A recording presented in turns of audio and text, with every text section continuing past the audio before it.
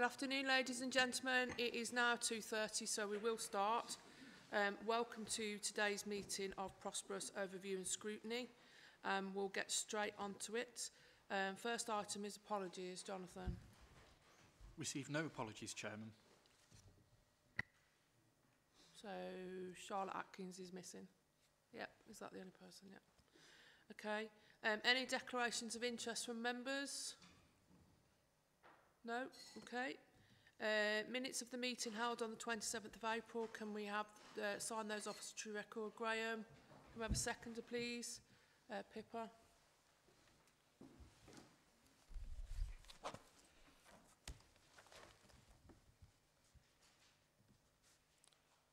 Just set the date, won't it?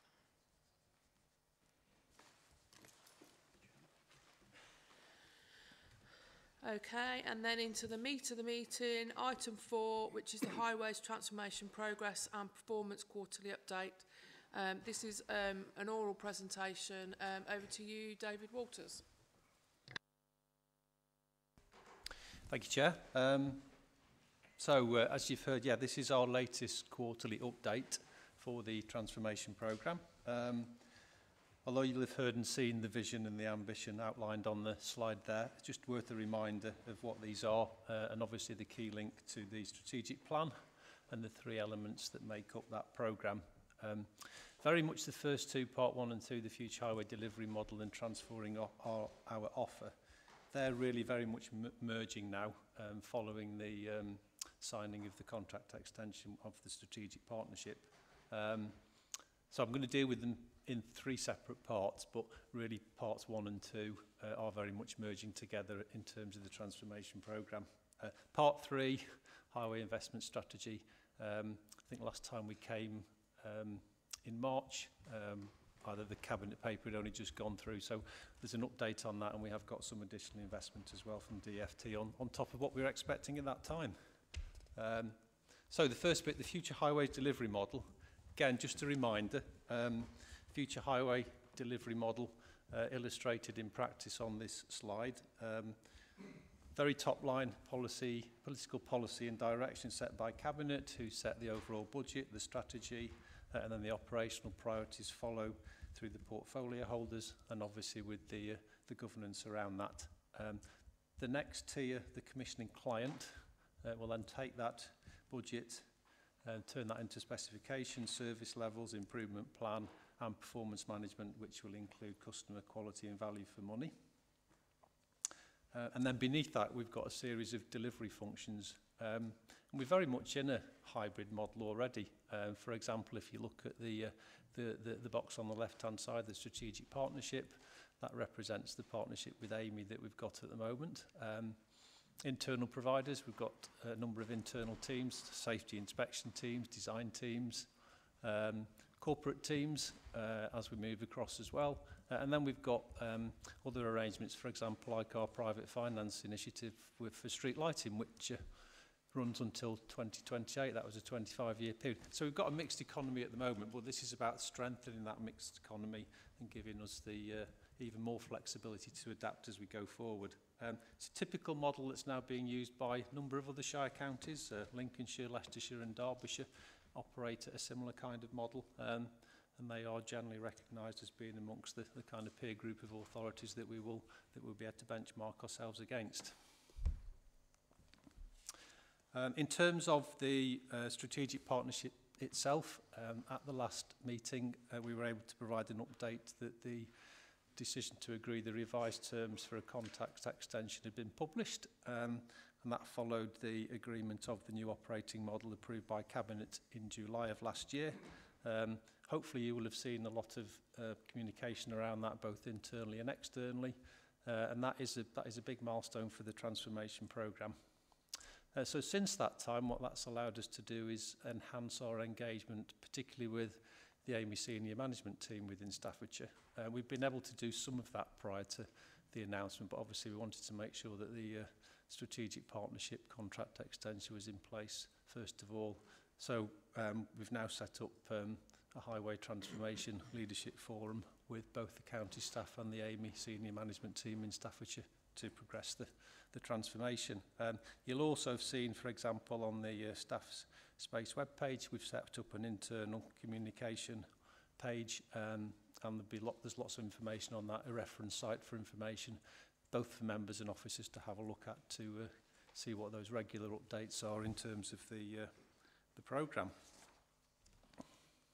So I'll go through it in a bit more detail, each of those elements. So there are three main elements that support the future highway delivery model. So the first is the new organisational design to deliver the future requirements and to support staff to move to the new ways of working.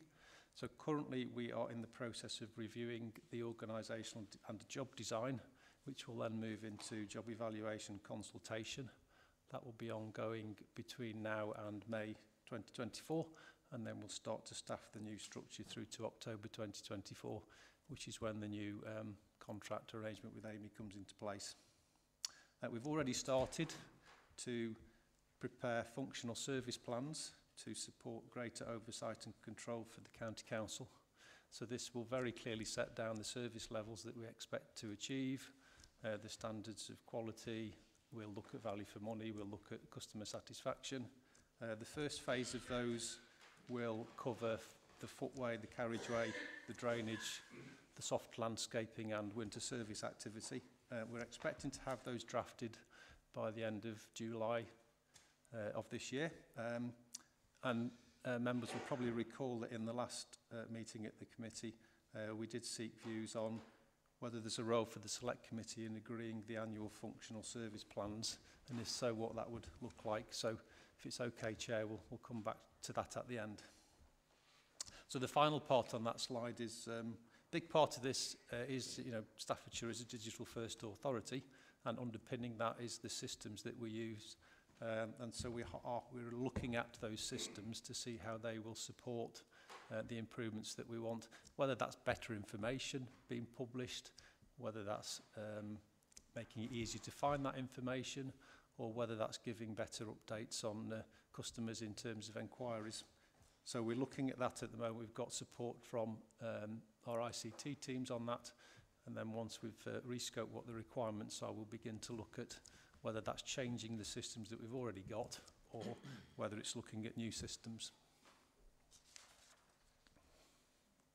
So the second part of the transformation programme is what we're doing now to get ourselves ready for the future.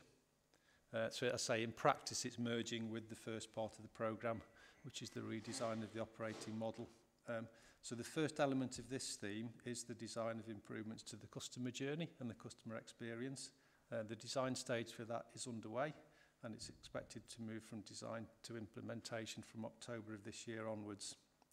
You'll already see elements of that hopefully being improved, such as our highway activity, the pitching the message. There's a new corporate customer experience survey which is available not just for highway services now, but wider county council services. And there are a range of service improvements which I've listed on the bottom of the page that we will start to deliver from early autumn onwards. Just put some examples on there. So to improve the single front door for highways, improvements to the way that enquiries are dealt with and people can review what those enquiries are, website updates to publish more information, looking at chatbot functionality to see whether that can improve the ability for people to find information, and then customer satisfaction measures with further customer satisfaction methods to be introduced from March 2024. The second part of that programme, that's designed to implement an improved community offer in line with the member priorities, and that's by March 2024. So again, we've already started the design of that offer. Some of the first pieces of work we're doing are to look at the divisional highway programme and how that's delivered. Member-led identification of priority repair of category 3 defects, kind of calling that a two-tick approach, whereby we build on what we already do, which is allowing members to escalate in certain circumstances some of the lower risk category 3 defects. And of course we've got the £2 million that is being set aside from the additional DFT pothole fund that was announced in March 2023, which I know the community team is engaging with members across the county and to identify what those repairs are. So alongside the above, we'll also be looking at improvements to the three-tier working with districts and parishes, collaborative arrangements and other organisations, plus promoting self-help initiatives. So what can communities do for themselves and how can we make it easier for them to help do work and activities on the highway. So the final part, which is the biggest part of the update, is the investment strategy. So the final part of the programme is the delivery of that additional SCC investment alongside the DFT Highway Maintenance Block Grant, an additional DFT pothole fund, and also we've got the County Council's successful bid for the Levelling Up Fund grants. So current focus, as highlighted on that slide there, is completing the delivery of the 2022-23 additional investment, together with a further 8 sites that were identified in year from savings, which is the ones on the right hand side.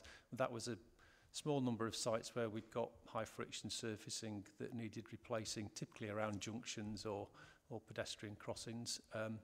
The 3 sites on the left hand side, they were the 3 sites that were part of the initial investment last year. Uttoxeter Road and Stone Road Holmcroft were schemes that were already on the ground before the end of the year, and Walton Roundabout is the last of the programme from last year's investment to go on the ground. That's all been going alongside the 22-23 minor capital maintenance, which was £5 million, the Repairing Places programme and the work stack reduction. And again, we're completing the delivery of that over the next month or so. Once we've done the Repairing Places work, and then I think the last piece of that work is the A34 Liverpool Road, Newcastle.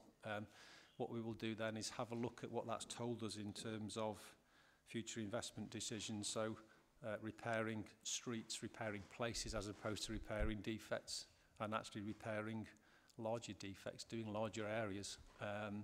That will help us to then inform future investment as to what it would cost to move to that model across all our activities. Some of that's quite significant. I mean, for example, some of the repairs we've been doing on the Repairing Places, whereas we might typically repair a couple of square metres, we've been doing 10, 15 square metres in places, which is really good, but obviously it's a lot more costly, so we need to make sure what that looks like if we were to scale that up. So alongside the capital programme for 2022-23, we did make available some extra revenue funding towards the end of last year as a result of a projected underspend on staff whilst we go through the highway reorganisation process. And again, I'm not going to go through the detail list, but that is the list of activities that we've completed. One of them, probably the most visible, was the early season grass cut in March 2023. We've been continuing with the gully emptying project, which again has been very much focused on locally identified drainage issues. The deteriorated high friction surfacing, which I referred to on the previous page, and we've also done some localised repair of road markings and pedestrian railings, very much again focused on priority routes into town centres, so they're really visible. Moving on to the new investment, really good news, the level of investment over the next 2 years, £30 million over that 2-year period, nominally £15 million per annum. There's £10 million of that to be spent on key gateways and local junction roundabout repair programme. That's 17 sites, I think, identified on that screen. They will be delivered across that 2-year period. Bulk of them will start to be delivered from the autumn onwards, as we get the design done and as we increase the resource available to do those. That will be alongside, there's approximately 1.3 million of structural maintenance funded from the DFT Highway Maintenance Block Grant. All the details on the actual programme for that are in the cabinet paper that we published back in March.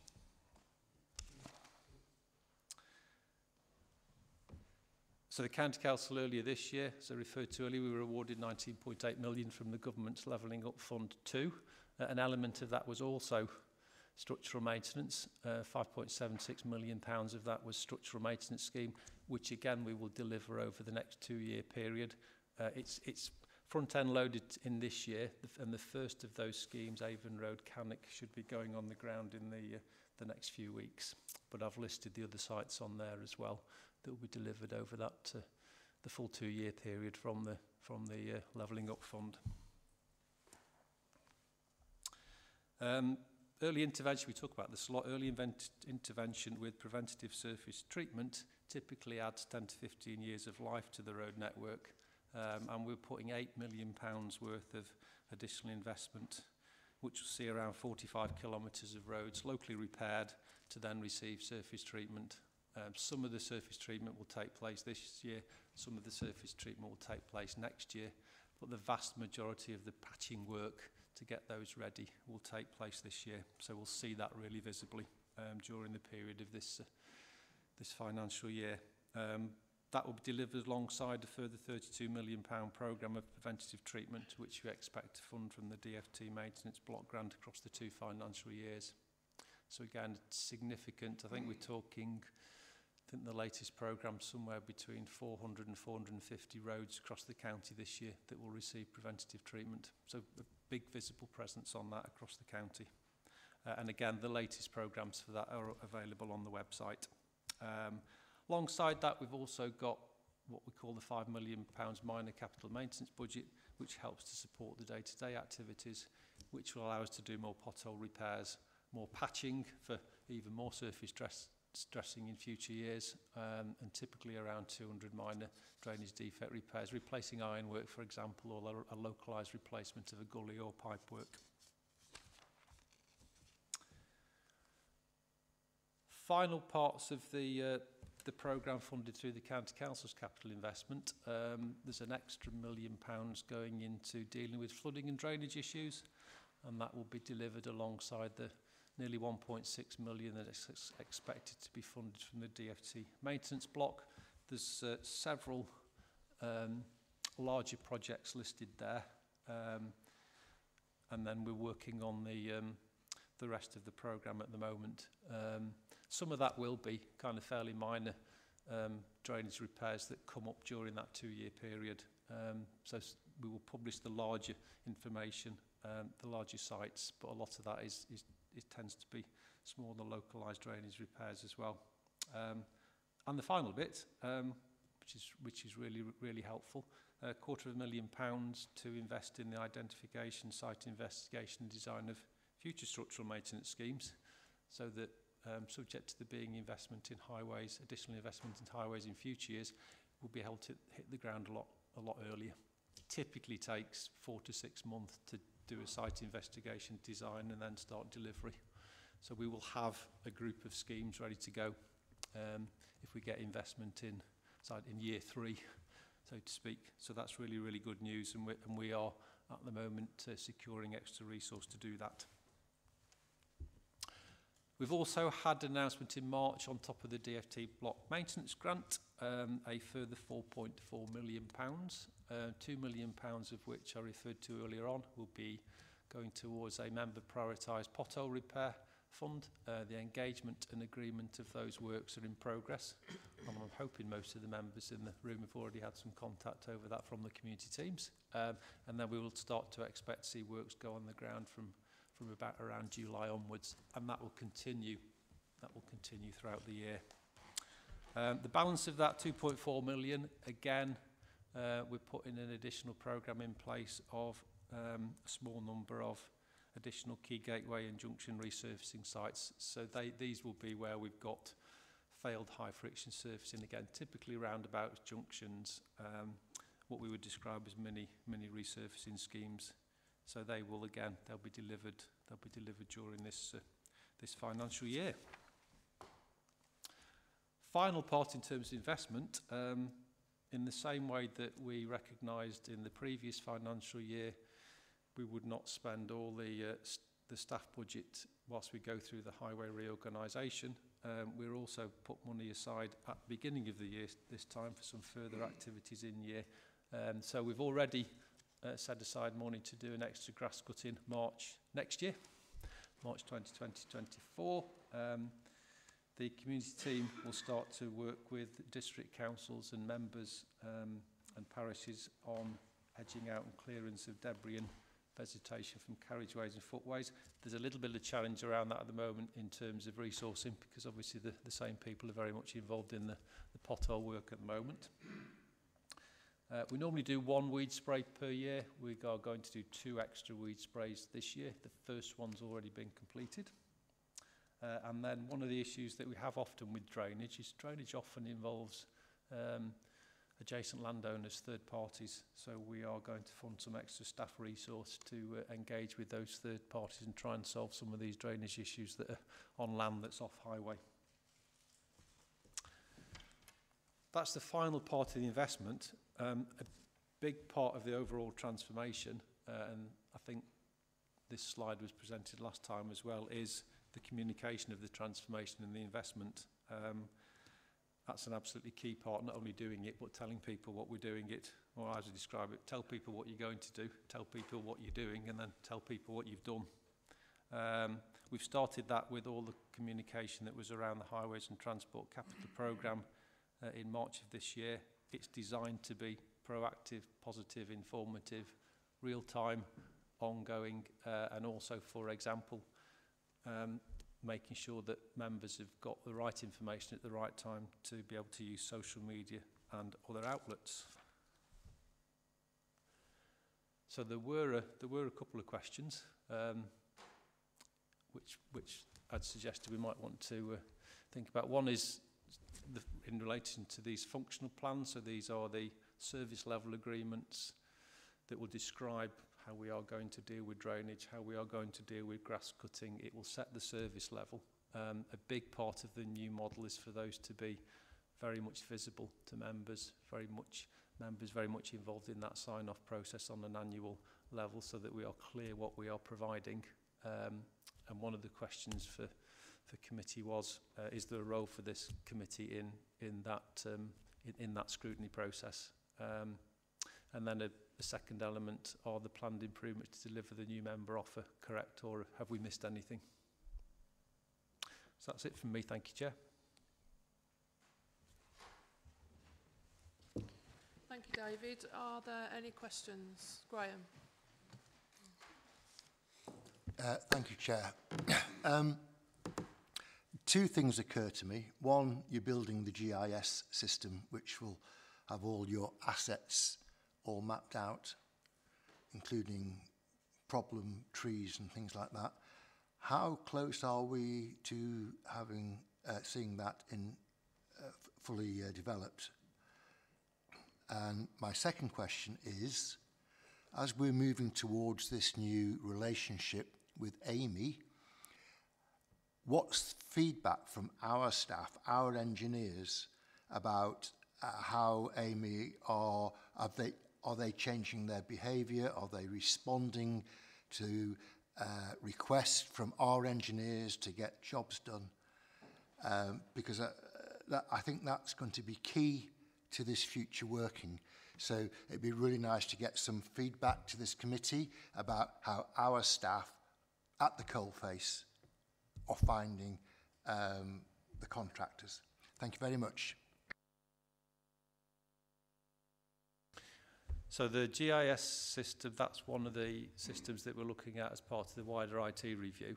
So we're in that stage of defining what that new system looks like, what those changes need to be. So I would expect if we are making changes, which we will be, they will start to emerge from the autumn onwards. Now the GIS may be a fairly quick win because we have got a significant amount of information that's not in CAD Core at the moment, which is our core county council system, but it does exist in, for example, Confirm.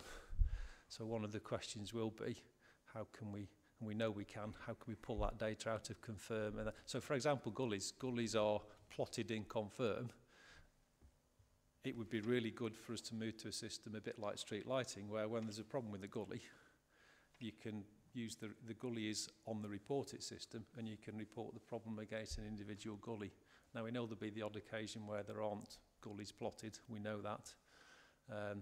But that would be an example of what we would see as an improvement that will make it easier. So instead of people having to find on the map which gully they're talking about, the gully will be plotted.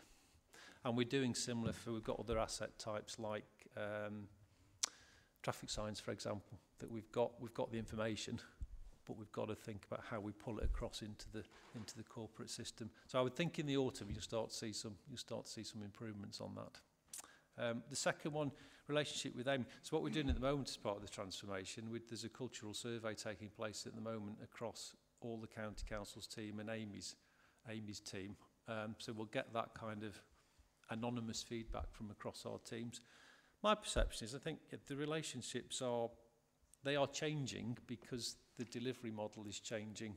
And as I described earlier, we're in the early stages now of being able to engage with Amy senior management and Amy workforce. Now we've got that big milestone out of the way in terms of the contract extension.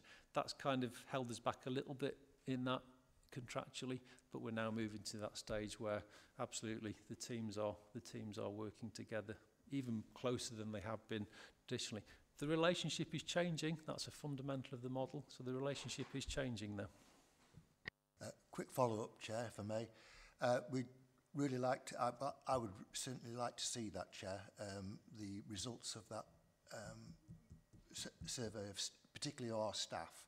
If not the whole thing, but if we can have a summary of that so that we know what our staff actually think. Because one of the frustrating things as a county council is you speak to our member of staff and then nothing happens for some time and you're not quite sure what it is because maybe the contractors actually haven't understood and you don't get that. And so sometimes you can sense that things aren't as good as we expected them to be. And that's probably just a time lag thing. But I just think from talking to other councillors, I know other councillors also have this frustration. So it's really important that we understand better how our staff think about what's going on. Thank you.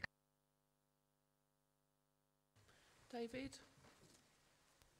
Thank you, Chairman. 3 points. Firstly, I was interested looking at the capital and lesser major projects that we've got listed there. One of them is in my division, which would appear to have been something which was planned and budgeted for 2 years ago, and it's been pushed on and pushed on and pushed on. How much of the work which we're looking at, particularly on major projects, are deferred projects from previous years for which we had funding available and the money wasn't spent on that project? The second point I would like to make is regarding preventative maintenance. Now, you mentioned that in the presentation, but I didn't recall in the presentation any reference to working with landowners on how we're going to be able to prevent roads being badly affected by flooding because of the ditch situation has been left to go fallow and is not being actively cleared. But in other forums, we've been told that there is funding available for action to be taken with landowners regarding the clearance of ditches. And the last point I was going to make was regarding the members' DHP fund. Now, my view as far as the DHP fund is concerned, that I will not use that for subsidising the council budgets to fill potholes. As far as I'm concerned, the things that I've been able to do within my division is to use my DHP fund cumulatively to deliver major projects within my division. That's all very well, but the money which has been allocated out of my budget from last year, and in fact the year before, hasn't been spent simply because there are not the resources to deliver the DHP projects within the amount of staff that's available. I want to look at traffic management, and the team that look at traffic management, we've had a meeting and no response, and that's now a year ago. I find it very, very difficult in working with parish councils and with the community in general in trying to say we're looking at how we can improve this, how we can manage that, how we can look at a problem. I had a complete survey done of traffic movements through all the major roads in my division when I first became a councillor, which was some 10 years ago. I've now had my third one completed, but that took so long to do that it was almost 12 months in the making. And so we don't seem to have the resources to deliver on those things which are, to the local member, essential. Thank you.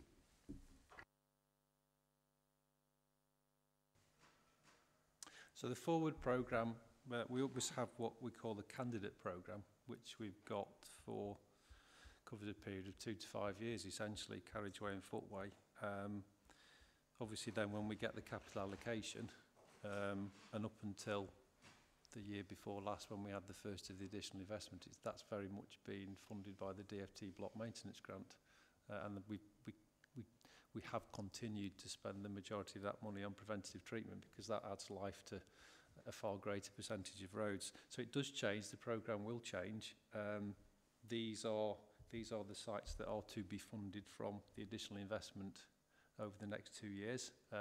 If more money were to become available, for example, through the DFT pothole fund, we targeted that on additional, again, high friction surfacing sites, local junction improvement sites, stuff that's very visible, you know, locations that are used by a lot of people, which the preventative programme doesn't address because preventative treatment doesn't really work on high stress locations like junctions and pedestrian crossings and traffic signals, that kind of location.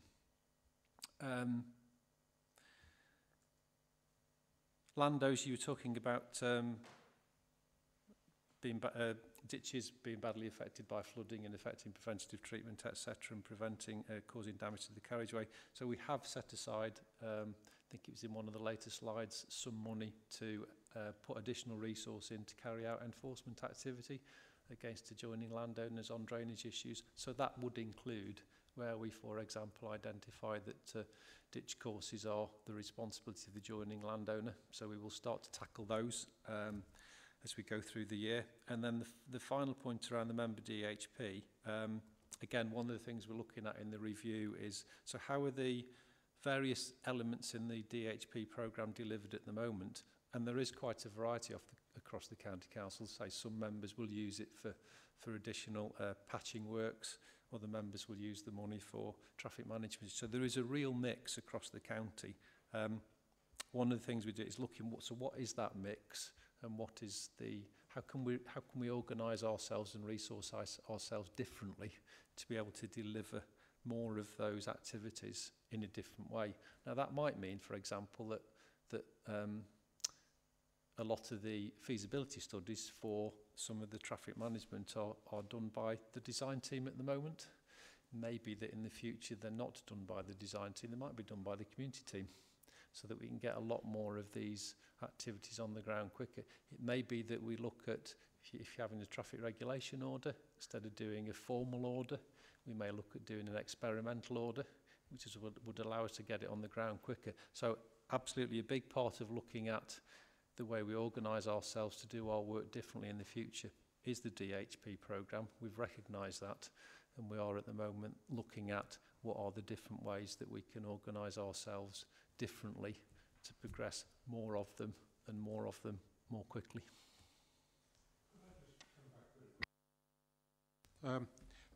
There's two things really. One is that we're told, as far as our DHP fund is concerned, if you don't use it, you lose it. But if the county can't provide the resources to deliver what we're looking for, that's unreasonable to argue that if you don't use it, you lose it, because we are actually trying to use it and the county can't respond to our requests. And the other thing is, I was a little bit surprised where we're under pressure as far as staffing is concerned to find that we've got staff allocated to adjoining authorities.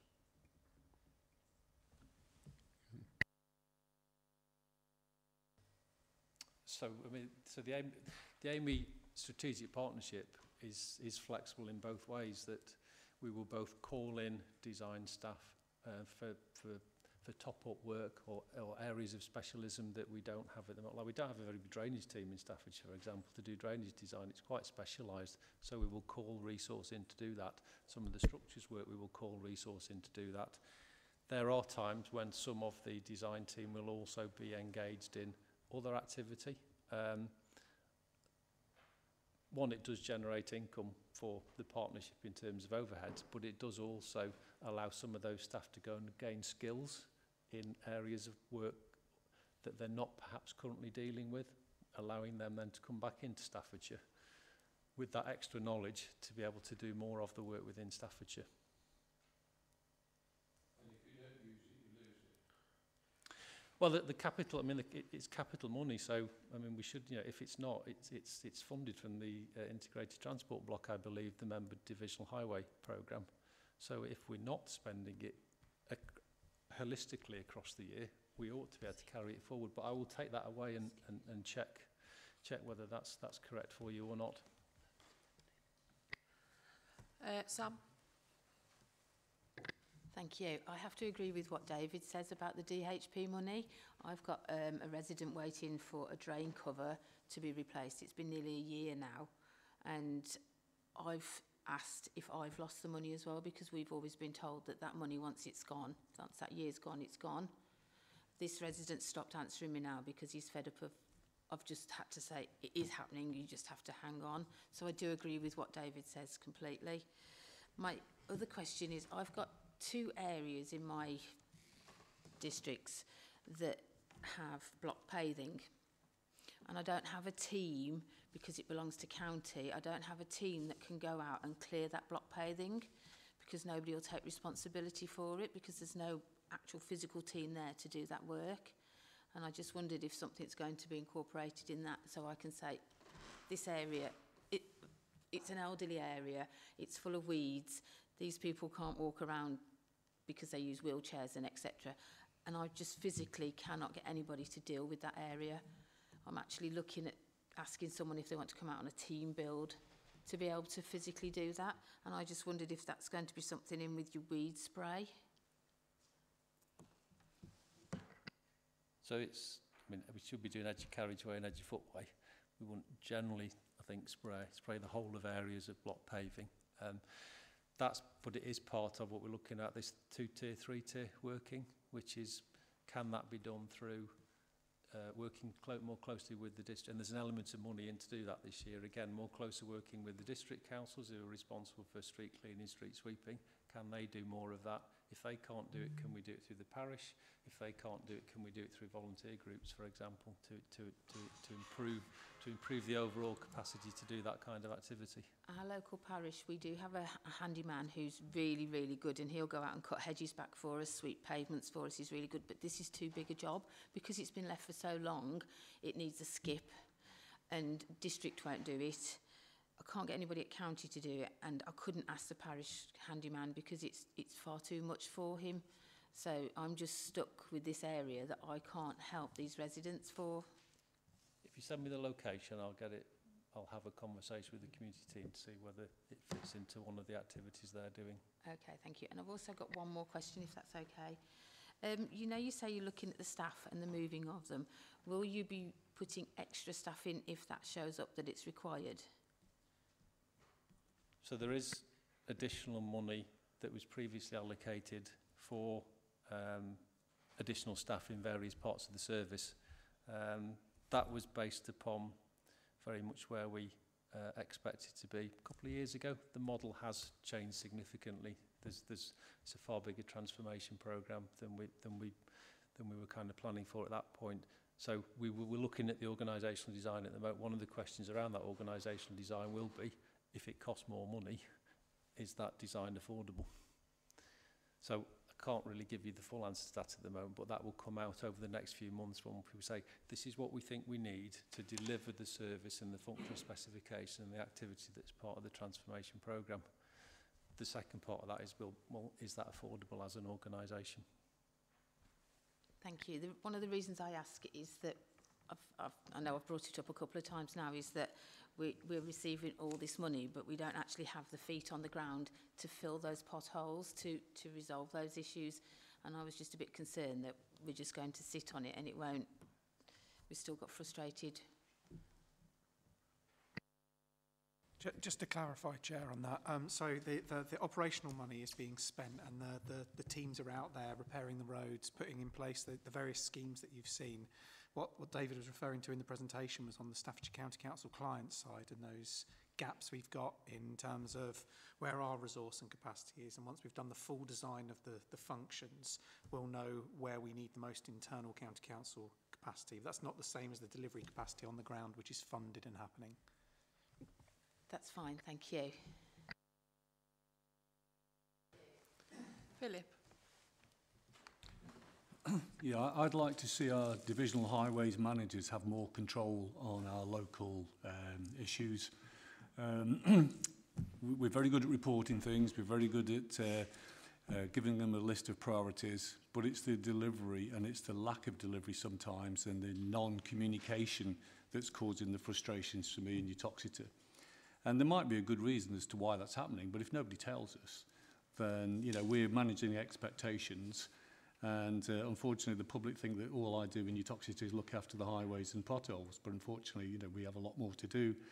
It would make it so much easier if Richard Raisin, who's my divisional highways manager, had more control over what, you know, what gets done and why it doesn't get done and what are the consequences of it not getting done.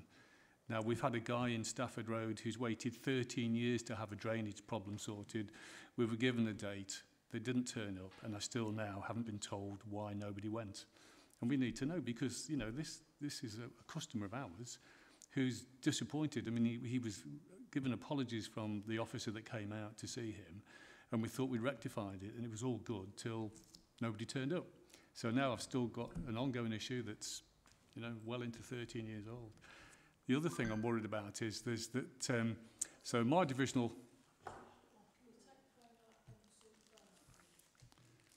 So my divisional highways team are good. We earmark our money from one year to the next. So I've got stuff from last year that I've earmarked to get done. Still hasn't been done, but the money's there to pay for it. I'm worried about the backlog of work that Amy haven't done from last year. The stuff in the capital programme in Utoxeter that hasn't been done. The TROs have been in place, but still waiting for double yellow lines to go in strategic places, very important places to the public. I've earmarked money to have the white paint done on strategic roundabouts within Utoxeter. Still hasn't been done. I'm earmarking some more money this year to do another roundabout, which is significant to the local people. I really do try, and I know my divisional highways team are on the ball all the time. We know our roads very well, but we need some form of control over what happens. And the other thing is some of the streets in Utoxeter years ago were upgraded and have had paving slabs. We don't seem to have a supply of these paving slabs anymore within the county, so consequently they're being filled with tarmac, and now I'm getting complaints from local borough councillors and local residents as to why this has happened, and nobody has been able to come back to me and explain, you know, what's going on. So I'm very positive about the future, and I want it to work, but I think we need a little bit more control, I think, from my divisional team. And, you know, I welcome the planned improvements, because I know one of the Bamford Bridge is on the capital expenditure for this year, and that's a strategic road for me. So I'm very positive. I really want it to work because I'm so passionate about getting my highway sorted. Thank you. Pippa? Hiya. I've got a couple of questions if I can. You mentioned a chatbot. I just wanted to check how the chatbot was going to work. Is it going to be is it multilingual, so will it be able to pick up different accents and nationalities? The escalation process, so at the moment we predominantly escalate potholes, but I wondered if that could relate also into pavements, because at the moment there's a stop on pavement repairs. So does it translate over onto pavements as well? You mentioned about the customer's journey. Is this the customer as in council staff, councillors, or is it referred to the members of the public? Because if it's the public, then a lot of their issues come via the My Staff's app. And the major complaint that we get on that side of it is we can't bulk complain about 6 potholes, it's 1 pothole at a time, unless they then raise it via myself and it comes through to the community team then. Which then follows into continuing with the customer's journey, that the scheduling side of it. So we've escalated it, we've brought it to the local team, and they're brilliant, the local team that I work with. They come back to us all the time, give us great feedback, but they always say, I'm waiting for a scheduler. When it's scheduled, I'll let you know. Well, I've been waiting for a pothole to be repaired. The inspector's been out, categorised it as category 1. I was going to be told when it was going to be repaired. I've drove past on the way here and the team are there, but I haven't been told that it was going to be repaired. So if that could filter in perhaps to the confirm dashboard some way that I could access it, that would potentially save a lot of work for the team and the communication between the schedulers and the highway officers to us. Thank you.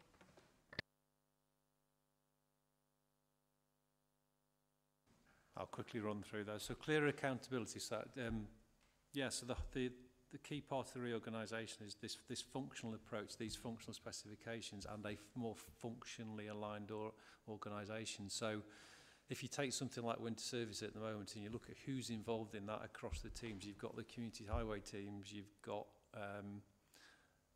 one of the gentlemen in my team who orders the salt, you've got Amy doing the delivery, you've got somebody else managing fleet. It is spread across a number of teams. We want to bring that together and have accountability for that sitting in one team in one place. Now, we also want those teams to be geographically aligned so they can support the community teams. So it's a hybrid arrangement in the future, whereby we're trying to get the best of being efficient and effective in terms of delivery, but having that clearer responsibility for an activity, for a service, but also maintaining that geographical knowledge. So we're trying to do several things at the same time. But I think, you know, what you are saying in terms of having that clearer accountability, that ability to chase jobs through, to have that better visibility, that will sit in functional teams in the future. So there will be, you know, the plan is there will be a highway maintenance teams that will do everything from delivering the major carriageway programs to looking after potholes in a particular area and everything in between, which we haven't really got at the moment. We will bring that all together and they will work even closer with the community team than they do already, and hopefully that will address a lot of those issues. Chatbot, don't really know yet. Yeah, we know it's been suggested on to chatbot, but we haven't had, I mean, language definitely in Staffordshire, as in a lot of the country at the moment now. There's so many different languages, isn't there, being used. So yeah, I would assume that if we do end up with a chatbot, it will have to.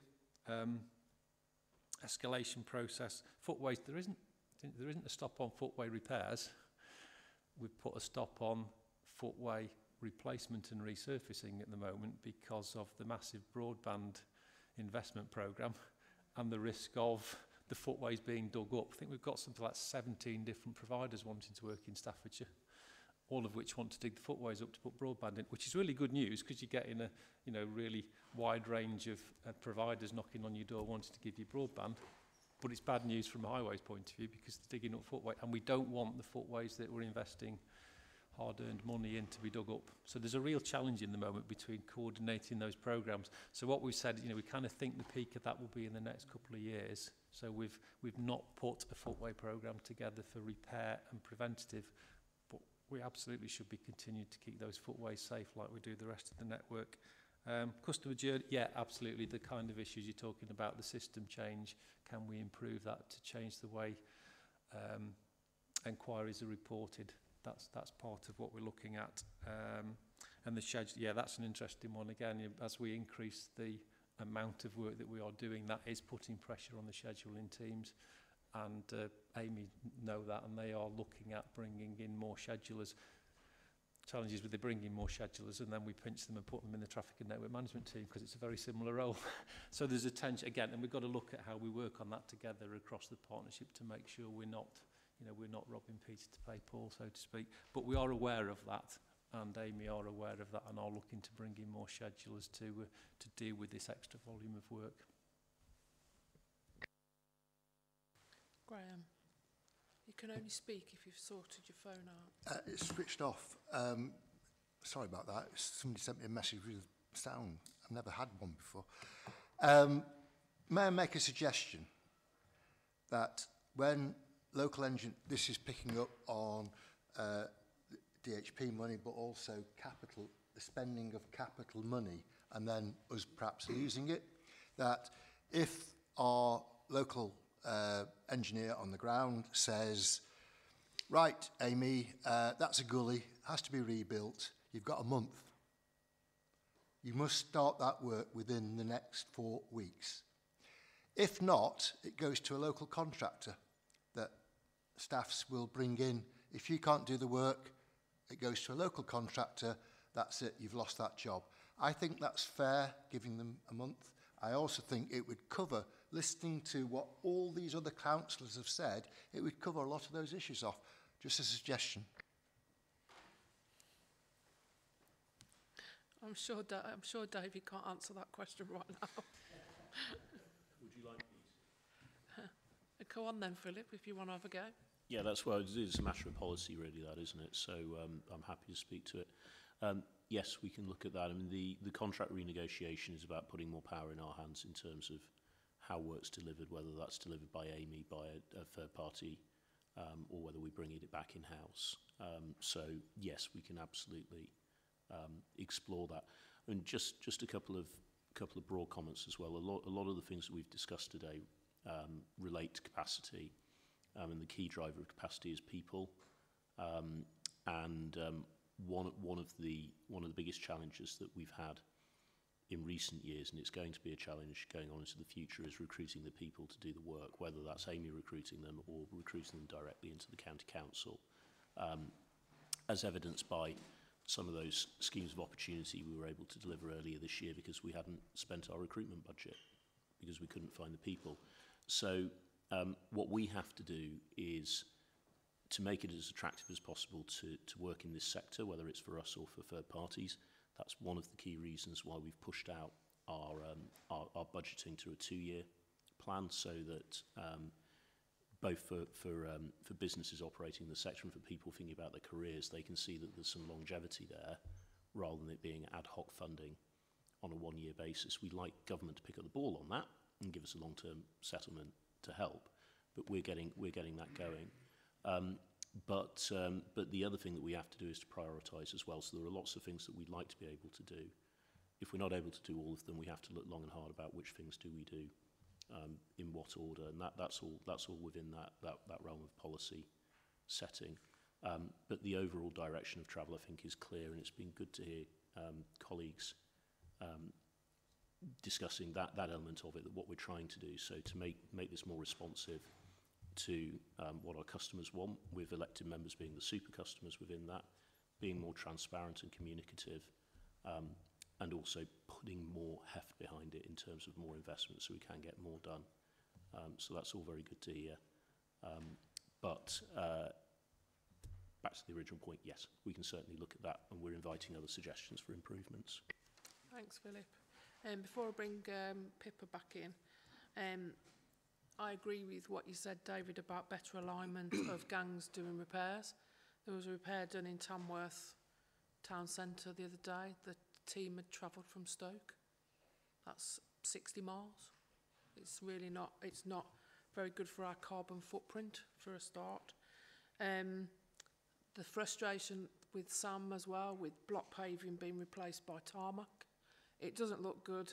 If we've got lovely block paving through our town centres and cobbles, that's what we want it replaced with, not filled with tarmac, because it looks awful and it doesn't last. And the only other question I had on one of the slides, I think it was the levelling up slide, can you just explain why there's just Cannock and Stafford on there and no other areas were chosen to have any of those fundings? So yeah, so the Levelling Up Fund was primarily improving connectivity between Stafford and Cannock, and it includes a wider package of cycling and walking and bus route enhancements. There was a limit, I believe, on what you could apply for in the Levelling Up Fund in the first place, so you couldn't apply for it for all the districts in the county council. So we did focus on Stafford and Cannock as being the best opportunity that we had to secure the maximum amount of money possible. So yeah, that is part of a bigger package of, in effect, connectivity improvements between those two major locations in the county. Thank you. Pippa, quickly. Just quickly, you've mentioned about the connectivity project. I think that really needs to be pushed on the communication side of it, especially with the Avon Road element. That's a major road through Cannock Town that's going to cause quite a lot of disruption, and with it just being in the newspaper from how I've seen it, it needs much more social media as a positive spin as well about what it's bringing to the town. And like you mentioned with regards to the safer road crossings, that's the push that we need locally. Thank you. Are there any further questions or comments? David? Bernard even.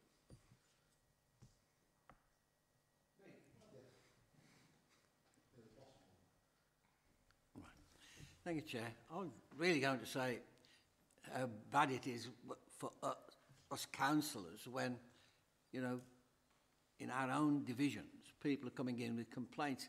What it's like for 62 county councillors to get in touch must be horrendous. But what I was going to say was that when we do get some complaints, a lot of them are about the standard quality of the work that's already been done. Especially where, when a pothole has been, say, worked upon, within a few months, it has to be done again. Now, I would say that if we can't get the standard of work that we require, then the person, which is Amy, who puts it down, should pay for the repair of that work that is, in our opinion, substandard. That's what I would like to see, Chairman, because somewhere along the line, we're talking about serious money here for the future, and that needs to be good quality work that needs to be done. We can't waste that money. So consequently, can we get some kind of agreement with Amy whereby if work they've already done fails within a short amount of time, that they pay for it themselves to put it right? Thank you, Chairman. David, Darryl, did one of you want to come in? Yeah, so I think, I mean, there's a number of reasons why. So I think, first of all, is, well, what did we ask for? And we have a range of repairs, so some will be, I'll use the word temporary holding, we don't like using that word, but in a life-expired road where you are simply placing hot material into a repair in an area that's already cracked and crazed, then it's not unusual that repair will not last very long. That's the nature, because that's what the Repairing Places programme is trying to do, which is to say, okay, so how much bigger would these repairs need to be to avoid that kind of issue? The functional specifications that we're preparing will be clearer about the quality that we are asking for. We will put wider assurance around the quality. For example, in terms of major schemes, we are bringing a clerk of works in, which is a role we haven't had for quite a while, who will look across the pre-patching for the preventative programme and also the major capital projects that we're delivering to make sure that we're getting that quality right. We do, where we identify, I can think of one I dealt with a week or two ago, where work is wrong. We identify that, and the contractor that did it has gone back and done it again at their cost because we picked up that the specification was wrong. We're also putting we have a compliance officer that works for the County Council who, for the last 12 months or so, has very much been engaged in the Repairing Places programme. Now that we're completing the Repairing Places programme, that compliance officer will go back on to day-to-day assurance of quality. And a lot of this is part of this improved specification and the visibility of making sure that we're getting that quality in the specification that we've asked for. Darryl, did you want to come in? Thank you for that. Let me just say, on footpaths or pavements, where we have the slurry, that slurry seems to be a grand thing for grass to grow through. No problem at all. In fact, by the looks of it, there's various pavements within, say, Shares Hill, for instance, where I live, where grass is growing where it didn't grow before when there was no slurry on the pavement. So I think that's something which is, if you want to, where whatever you're putting on there with that slurry, it's not the right stuff, unfortunately.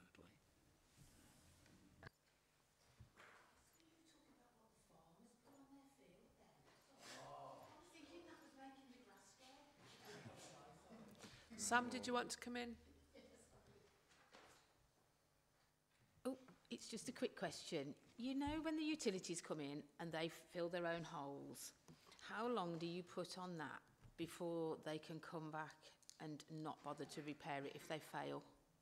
Because I've got a road that's got utilities coming all the way along and that has failed, and I've asked my highways team and they've said it's too late now to get that. So now county are having to pay money to get that repair done, and I just wondered how long does it take for it to come back and be refilled, and can it be extended perhaps? So it's either 2 or 3 years depending upon the depth of the reinstatement, with the proviso that if we, for example, did go and do what we call a core and find out that it never complied with the specification in the first place, then we can ask them to come back and do that. But generally, it's 2 or 3 years. As a sector, as a highway authority, we would love to have a longer guarantee period, and we believe that is appropriate. But we know that has been asked for by local authorities, but from a utility point of view,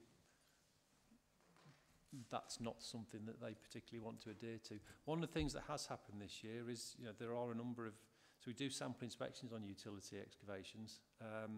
We do 30% normally. There are a number of utilities that are not performing nationally at the required standard, and that has been upped this year so that we will get paid to go and do 50% sample inspections on some utilities, including some in Staffordshire. Thank you. This is quite an old, and unfortunately every one of them's gone at the same time, so it just means now that we've got to pick that repair up, which seems a pity because it's obviously a fault in that tarmac for every one of them to have gone. If you send me the location again, I can look and see whether it's worth doing some further investigation. Darryl, did you want to come in? I just wanted to try and summarise some of the conversation, if I may, Chair. So first of all, thank you for the feedback this afternoon. Hopefully you'll recall some of the feedback you've given us previously when we've been taking this at the early stages, and you've shaped what the new model looks like. So things like the role of the local teams, having more power, more say, more grip, more control. That's exactly what we're designing in. The functional commissioning was something that got flagged here. And is exactly what we're moving to, and it starts to allow us to deal with the issues that were raised at the end there as well around if quality isn't good enough, how we can get things done again without us having to pay. So hopefully from the previous meetings and this one, all the issues you're flagging are being designed into this, but we've picked up on the issues that need dealing with now, particularly around DHP, pace, and getting that picked up more quickly, which is something we've been looking at for this year anyway. I think the big question we haven't really debated, and we need a decision at some point, is the role this committee will play in shaping those or signing off, or whatever the right word is, those functional level service commissions.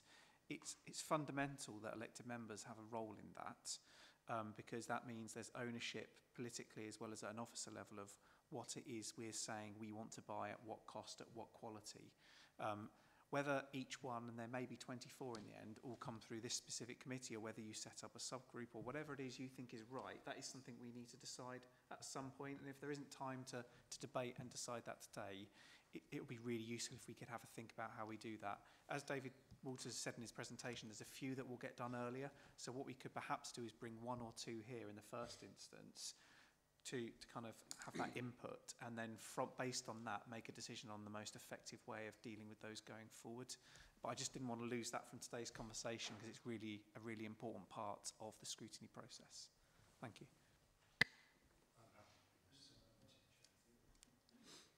So I'm just writing the question down. Okay. Philip, did you want to come in, or are you happy that Daryl's summed up?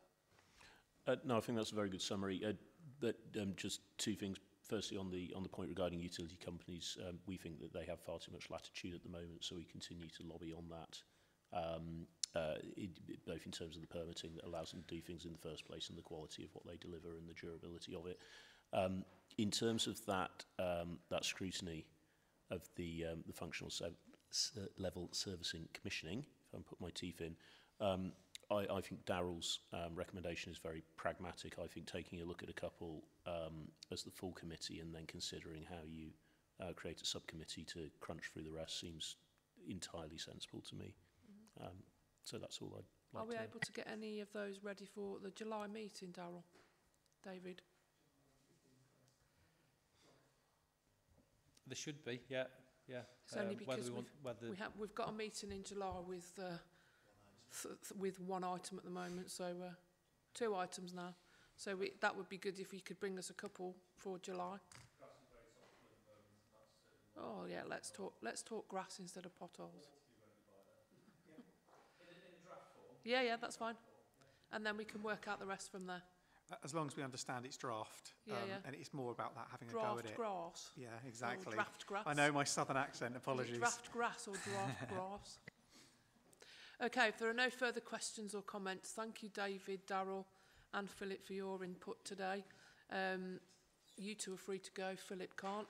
And thank you for listening and taking on board our comments. It does mean that we can transform the way we work and have a better working relationship with our contractors. Thank you. So we'll move swiftly on to item 5, which is the Staffordshire County Council's Economic Strategy Delivery Update. Philip. That's great. Thank you very much, Chair. So it's nice to be able to do my item.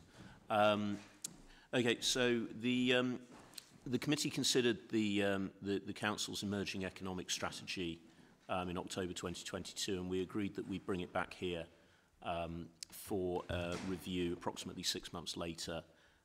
So that's the purpose of the session today.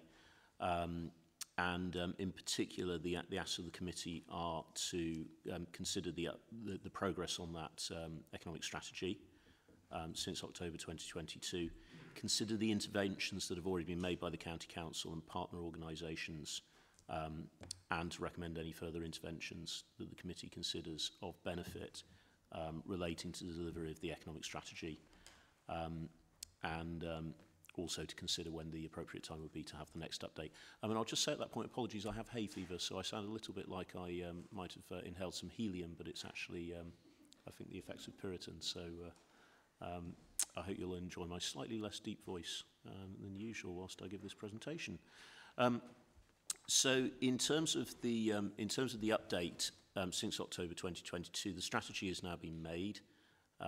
So it is now in effect. In addition to the strands of the strategy that were consulted on, we chose, following feedback, to include innovation as a separate priority within the strategy. It was previously in the draft strategy embedded in all of the other priorities, but the feedback was that we needed to have it there as a standalone item. So you'll note that as the major change from the emerging strategy that you considered in October 2022. In addition to that, we have published a rural economic strategy which complements that overarching county-wide economic strategy and recognises the fact that by landmass we're over 80% rural, and in fact more than half of our businesses reside in rural areas. So we have that there as a complementary strategy.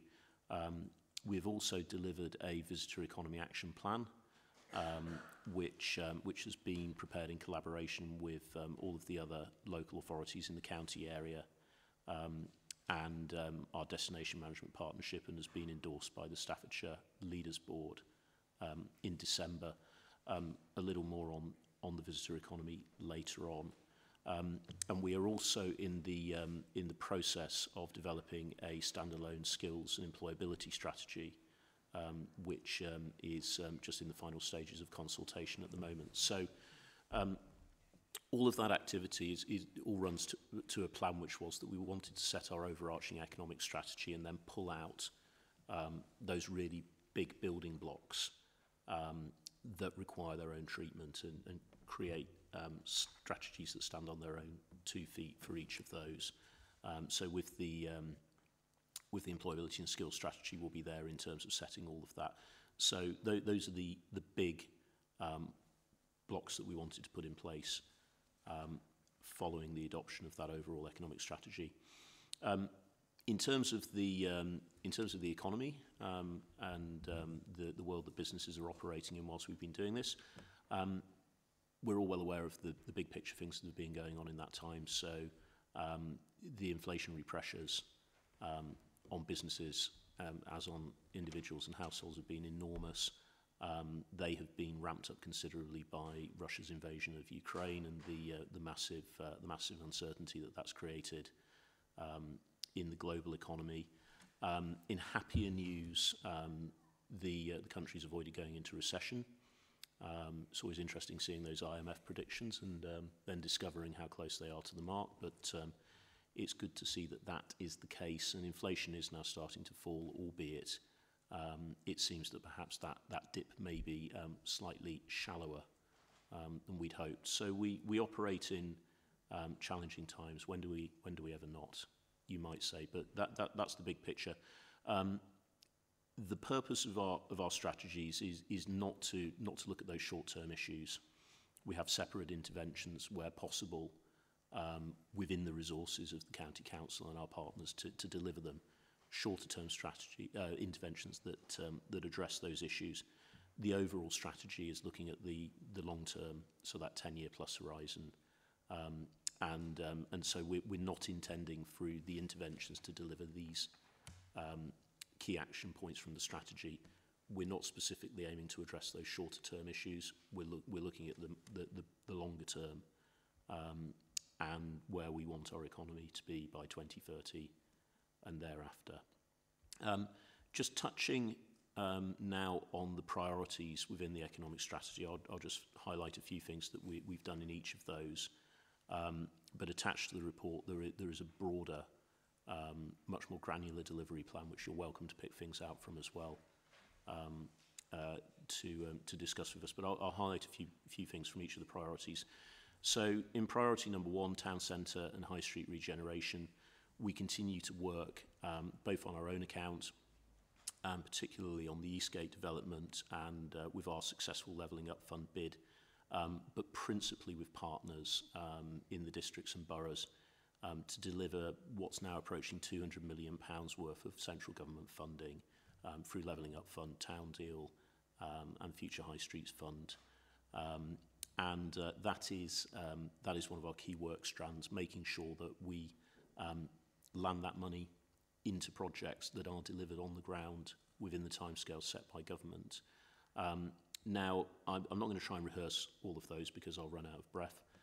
You'll all be very familiar, I'm sure, with a lot of that activity. We are putting our shoulder to the wheel in terms of making sure that we do all of the things we can to directly deliver that or to support that delivery where someone else is the prime delivery vehicle. In addition to that, I'm very pleased to say we continue to invest in enterprise facilities within our town centres. The Shire Hall, a short distance away from here, following its £2 million refurbishment, is now home to 15 companies.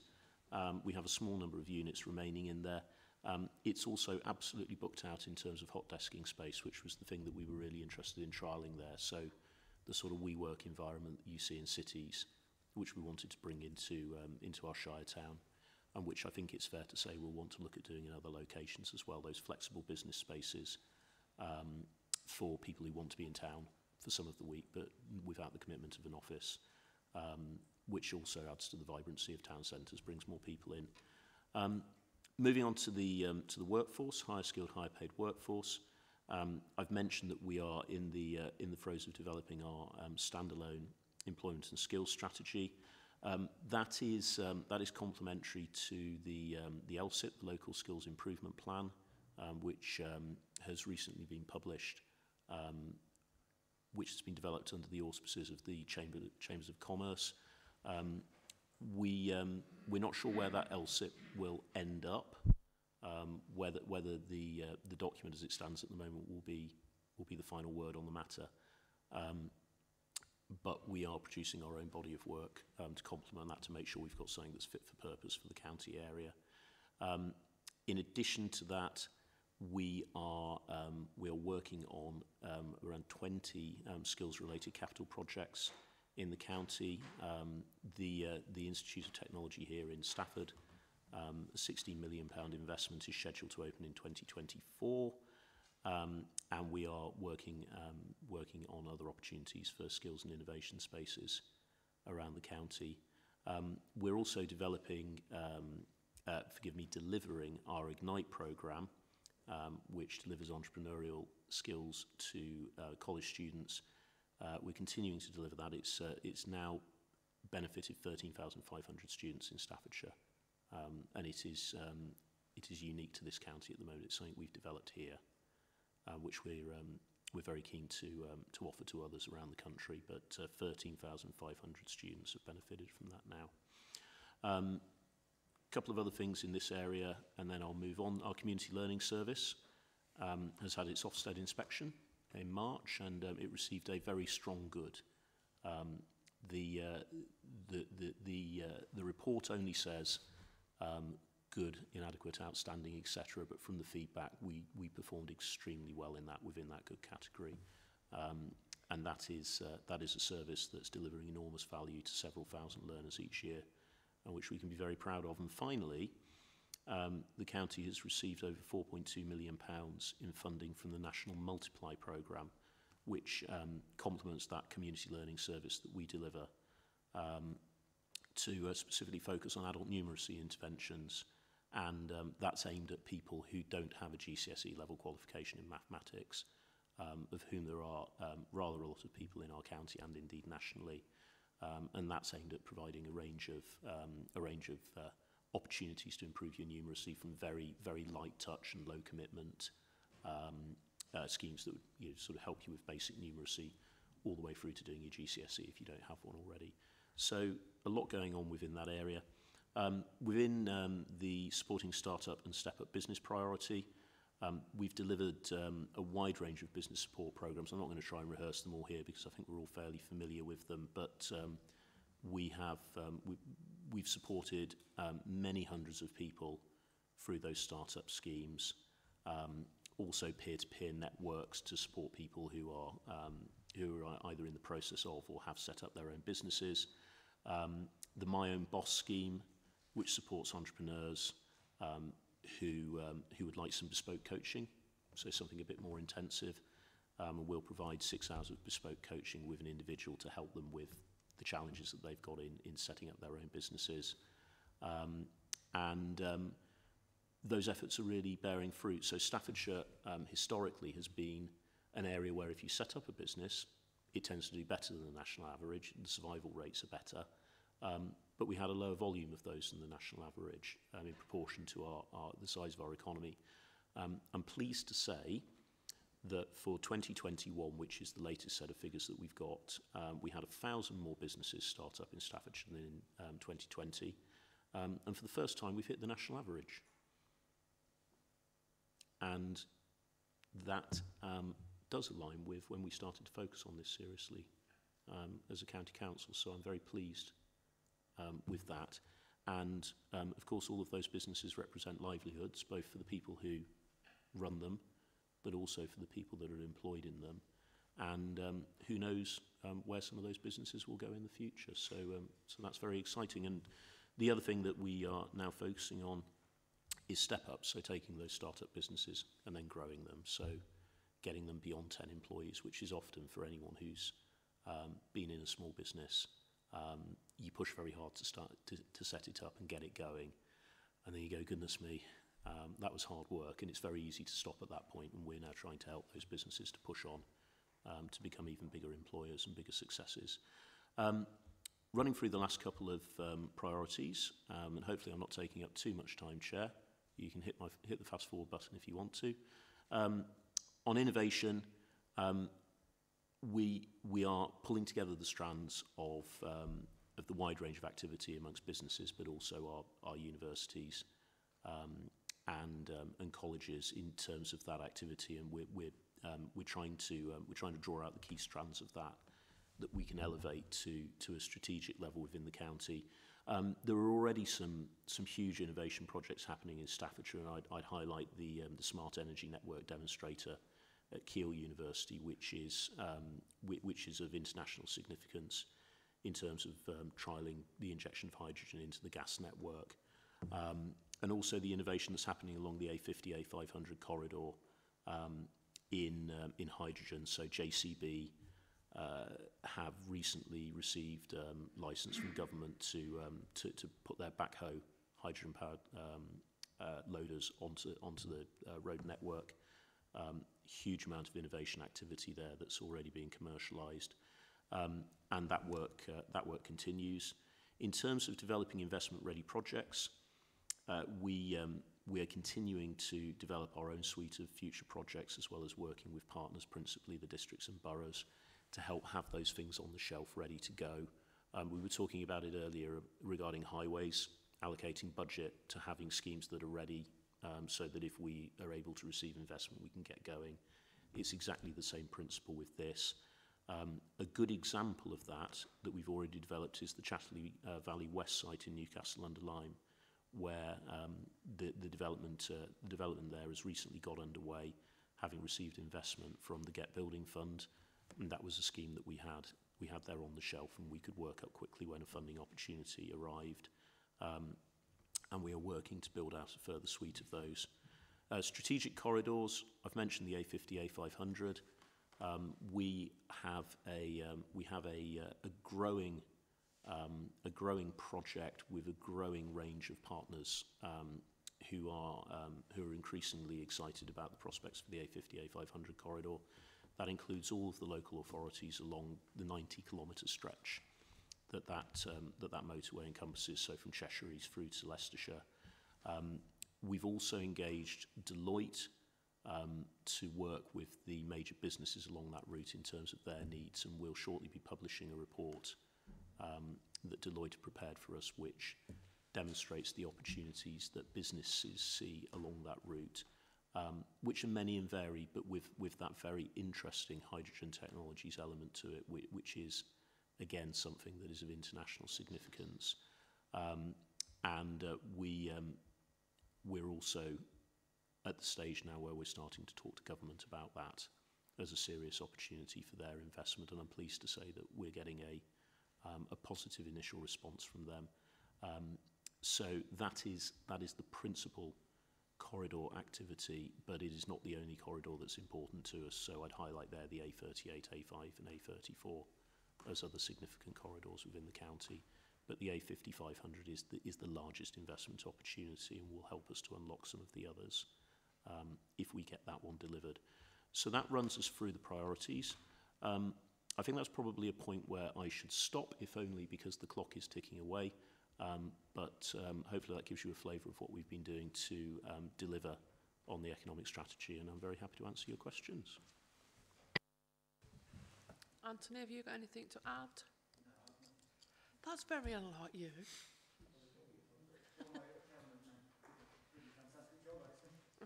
David.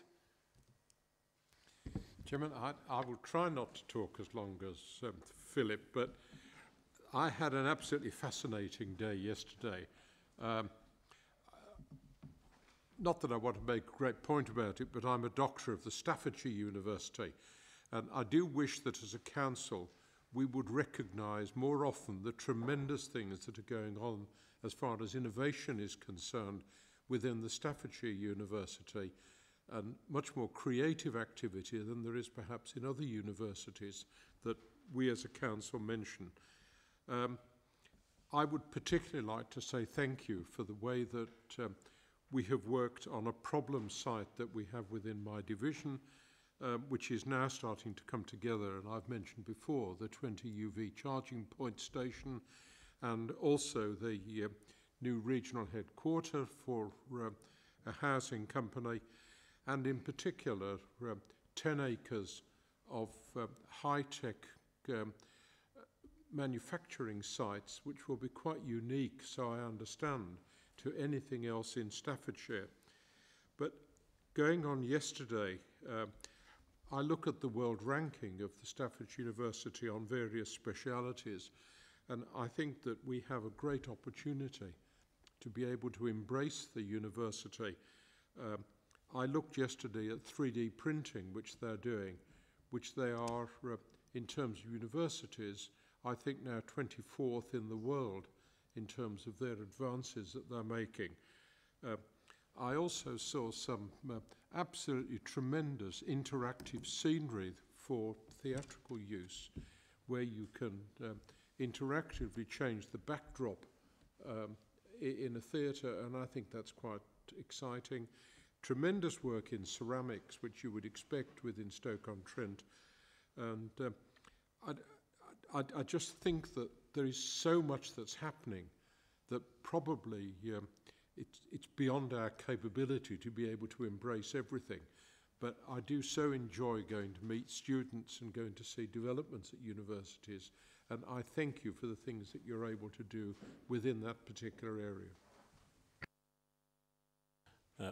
Yep, so just briefly coming back on that, one of the difficult things in doing these presentations is try not to be overlong, because there are always things that you miss out.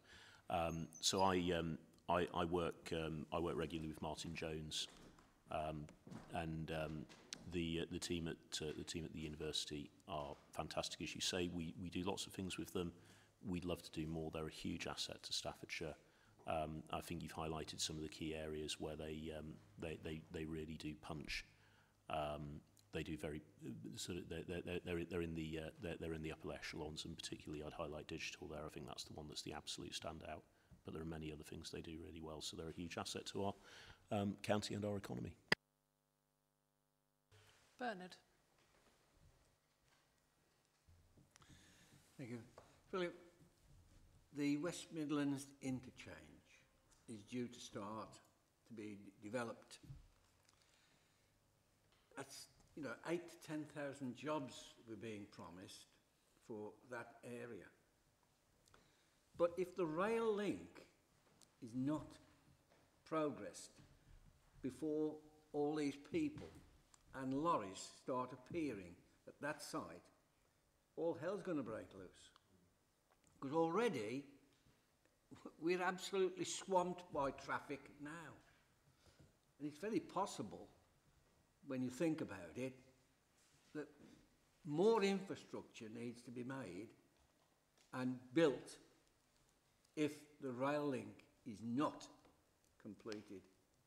Now, we don't hear a thing at all about the rail link. Hear everything else about the buildings that are going up, the large buildings. We need to know more and have some kind of guarantee about that rail link and when it will be started, because we haven't got that now. So we can arrange an update for county councillors in the locality, including you, Bernard. There was an update meeting that was hosted by Staffordshire District Council. I think it was about 6 months ago, and particularly useful there we had the new owners, who I think is Oxford Investments, who came with a very different attitude, I think it's fair to say, from the previous owners. And they, I wouldn't I wouldn't want to be too strong in terms of the difference, but I think the previous owners, I think saw it as something that they were going to build and sell on, whereas Oxford Investments are looking at it as something that they're going to own and operate for a long time. And the attitude that comes with that has been a much better one in terms of wanting to provide a better quality of facility. So particularly addressing those issues that the community is going to have with all of those vehicle movements in and out, and making sure there aren't lorries queuing on local roads. And the other point they were very clear on is that they're well aware that the development consent order from the Secretary of State that allows the construction of that site requires them to construct the rail link. They're well aware of that. They cannot ignore that, so the rail link has to be built before they build the site out. I think the reason why you've probably not heard anything about it is because it's a non-issue as far as they're concerned. They know they've got to do that. The development consent order isn't effective unless they deliver on that condition. I don't think I've missed anything there, have I, Anthony? No, I think it's fair. It's fair to say that we will talk to them and get a more definitive timetable around when the rail link's going to be implemented. But they do seem to be a much more responsible developer. And we are building up a strong relationship, and I think we probably need to come back with that information. But I think the action that we'll take from that is we'll arrange a briefing for members in the locality so that you can get that update. We might see if we can get the developer along to that, and then you can get it from the horse's mouth. Okay. Graham. Thank you, Chair. A couple of points, very separate. Recently we've had elections, and I was fortunate enough to campaign right across North Staffordshire, and one thing that came back time and time again on the doorstep was, well, people have had all this money over the last 2 years and levelling up, and what they've done with it? Nothing. That came across loud and clear.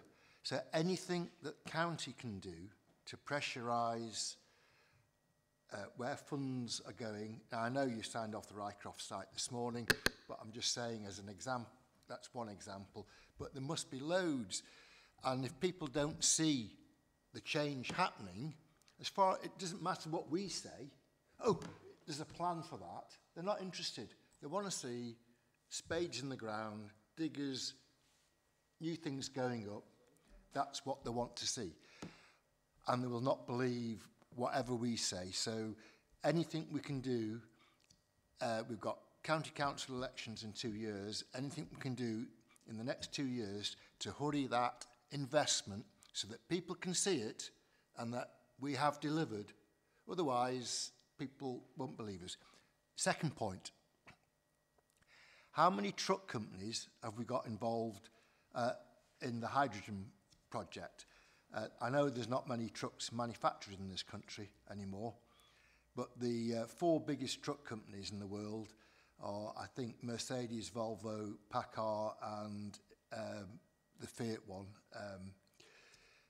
So are any of those involved? Because hydrogen is about, for transport, is about mainly about long-distance transport, where electric vehicles are inappropriate. So do we have any interest from the 4 big truck companies in our hydrogen project? Thank you. Thanks, Graham. So on the regeneration schemes, whilst the priorities in the economic strategy are not in any particular order generally, I don't think it's a coincidence that the town centres is top, because whatever forum you're in, wherever you go, the thing that you consistently hear about Staffordshire is that it's an absolutely great place in pretty much every respect, other than the condition of our towns, which needs some work. And I think that's the reason why, along with the energy and enterprise and excellence of our various local authorities, that we've received so much funding for that regeneration, is because we're in an area of the country where that's required. So it is an extremely high priority for us. I'm sat next to a regeneration expert. When we recruited Anthony, we didn't realise that we were going to be doing so much of this in Staffordshire, because it's one strand of his role, but he's been a useful man to have around, and I'm sure if Anthony was answering this question, the first thing he'd say to you is regeneration projects take time. And the phase that we've had to go through with all of these regeneration schemes has been a very heavy level of governance and public consultation, which has taken an enormous amount of time. And it's very frustrating. Speaking as someone who sits on a lot of the boards that have delivered that, you're chomping at the bit to get the shovels in the ground and the cranes on the skyline. We're only just getting to that point now.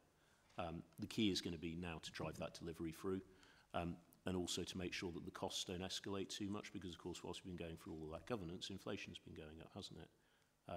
But it's all about delivery now, and the government's very clear. Whilst we have to focus on delivery full stop, it's clear that government has set a timetable for these schemes, which runs to the next general election, which is when their mandate gets renewed or runs out, doesn't it? So if we haven't spent the money by then on things that are delivered, well, Treasury's having it back. So it's quite clear when it's got to be done by.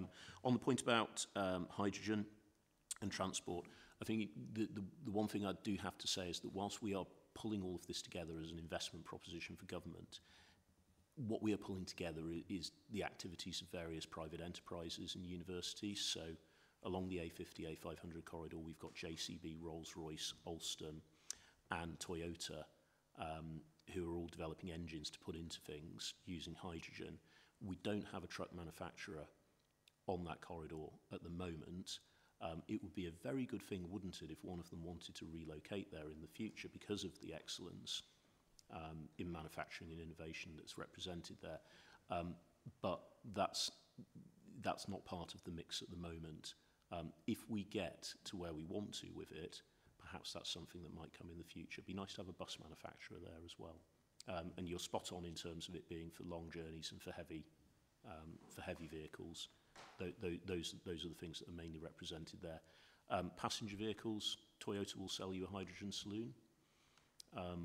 But for that to be rolled out comprehensively would require a complete reconfiguration of our fueling network. At the moment, it is easier to plug your car in at home than it is to get to a hydrogen site. So maybe that for the future, but yes, for heavier vehicles and longer journeys, hydrogen's the way, and we've got those assets in our part of the world. Pippa. Thank you. Just some little questions, really. During lockdown, a lot of parents were aware that their mathematical skills, numeracy skills were worse than their children, myself included. I'm just wondering if we're using the schools as a way to push that out to parents, so a soft approach rather than it being shoved down people's throats almost about maths, because people find it quite daunting. So is it going to be pushed through the local primary schools as well as the high schools for the parents to pick up on the skills? You mentioned about the Shire Hall shopping centre and the hot desks almost. Just wondered if that's linking back into the My Own Boss and Ignite programme as well, to get them to put their business models into a building that's local to us. So on the on Multiply and the schemes to encourage adult numeracy, we're not specifically using schools as a driver for that, although all of our schools are aware of Multiply and can promote that with their parents if they want to. A lot of schools will encourage a degree of family learning anyway, and through our adult community learning offer, one of the big strands of that is also family learning, so getting the different generations doing things together. We've got a very detailed delivery plan for Multiply in terms of how we're promoting that and where. I don't hold all of that in my head, but we do have a man at the back of the room who does. So, Tony, do you maybe want to say a couple of words about that? And then I'll come on to your other point. Thank you, Philip. The Multiply programme, as Philip said, aimed at improving adult numeracy, and so we've taken an approach to try and pilot different route ways into getting into the adult market around, which is something which is probably quite hard to sell to people to go and improve the sort of numeracy and mathematical skills. And so we've got a range of different providers that we're working with, both voluntary, community, private trained providers and colleges who are trying and testing different ways to engage adults in the numeracy. One of the sort of big successful ones is things we've been doing, so at Newcastle and Stafford College through their Lego centres. So those Lego Innovation Centres attract primary young people, and as part of that, the parents, etc., come along. So it's trying to find new ways of getting people engaged in that programme, as well as working with the Chamber of Commerce to look at businesses and how we work with the adult workforce, and then working at some key client groups. And of course, we do have an extensive adult community learning programme anyway that covers functional English and maths.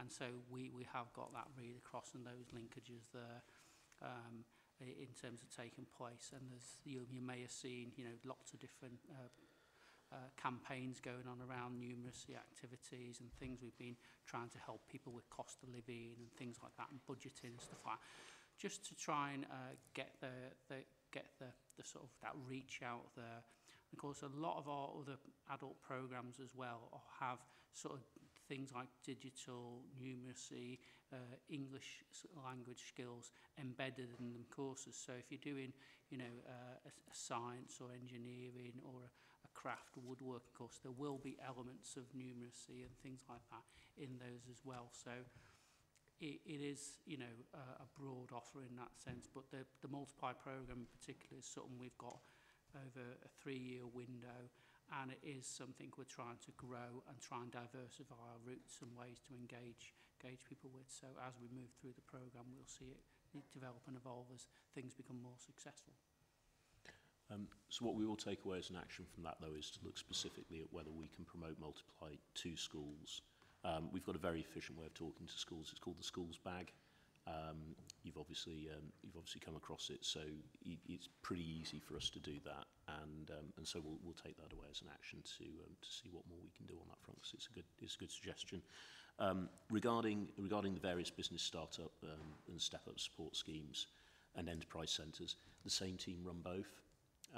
It's under Nicola Kent, and so there's a constant dialogue there in both directions, whether that's businesses that we're helping to get going, where we're looking at premises for them, or whether it's businesses that are looking to come into our enterprise centres, where we'll be talking to them about their broader needs. So it works quite nicely in that respect. So I can give you a really clear answer on that one.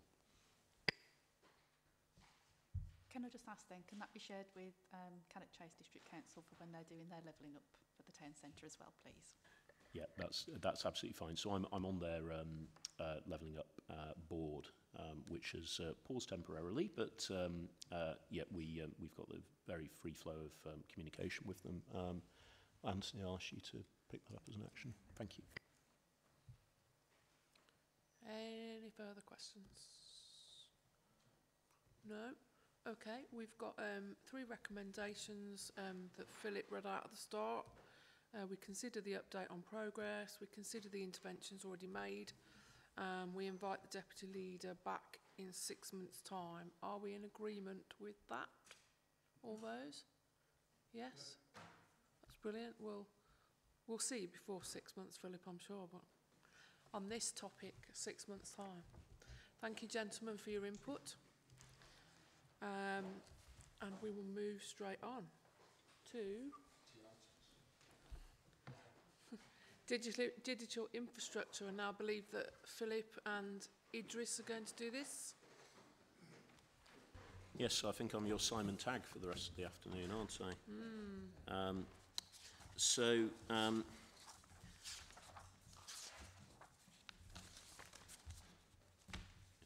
This is an area of work that I'm familiar with, so I will try and do as much of this as I can myself, but I will probably lean a little bit more on Idris and Tony than I did in the last item. So I want to make sure that everything is as detailed and correct as it can be as we go through the report. But this is another 6-monthly update on the activity in terms of digital infrastructure delivery in Staffordshire.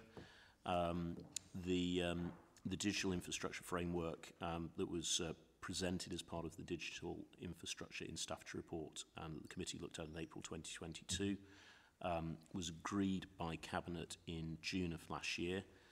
It set out a number of key objectives, and the delivery of those is the topic for us to scrutinise today. In terms of the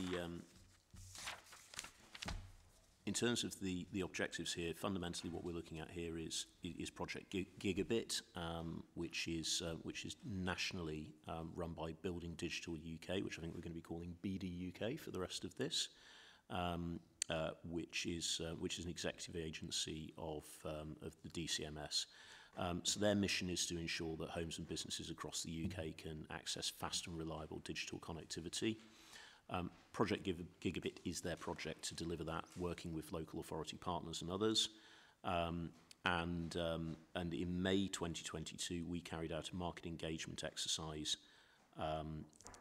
with them for Staffordshire to identify intervention areas that required subsidy to deliver gigabit or better broadband delivery. And since that time, we've been working with BD UK on a range of initiatives to deliver that. So in terms of the scale of the challenge, we've ascertained that there are around 435,000 premises in Staffordshire that are relevant to this programme where subsidy consideration should be given. Of those, we've identified 51,000 that are ready for intervention, i.e. there should be a subsidy to help them to get that gigabit or better broadband connectivity. And there are another 105 premises that are currently under review. As a consequence of that work, BD UK are in the process of launching a procurement to subsidise gigabit delivery to 5,400 premises in Staffordshire Moorlands, and I quite like this, North East Staffordshire. So we've created a new mini district. But basically, that's the bit of North Staffordshire, of East Staffordshire that connects onto the moorlands above Uttoxeter and running up towards Ashbourne. So the most rural part of our county, 5,400 premises there. And I think we can all see why those might be areas where it's not commercially viable to deliver gigabit broadband without that subsidy. In addition to that, BD UK will soon be launching another procurement for around 10,800 properties around the rest of the county.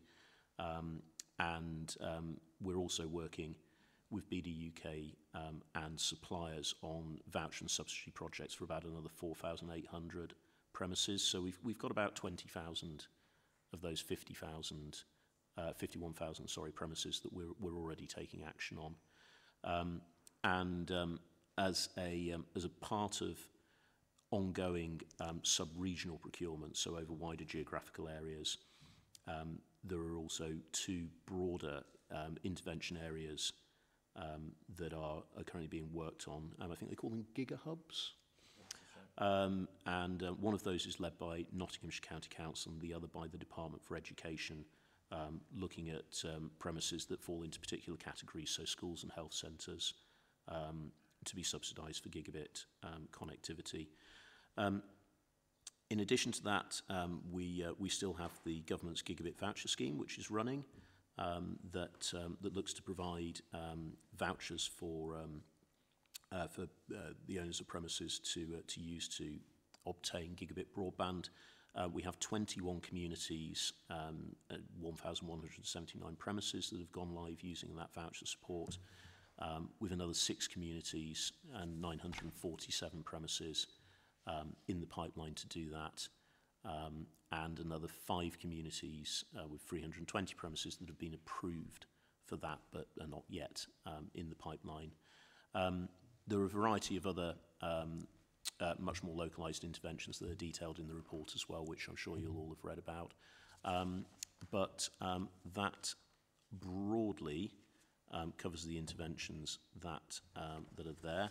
I think in terms of the analogue lines withdrawal and the access and adoption update, they're slightly more technical. So with your permission, Chair, I might ask Idris to cover those so that I don't make a hash of them. Would that be all right? Thank you.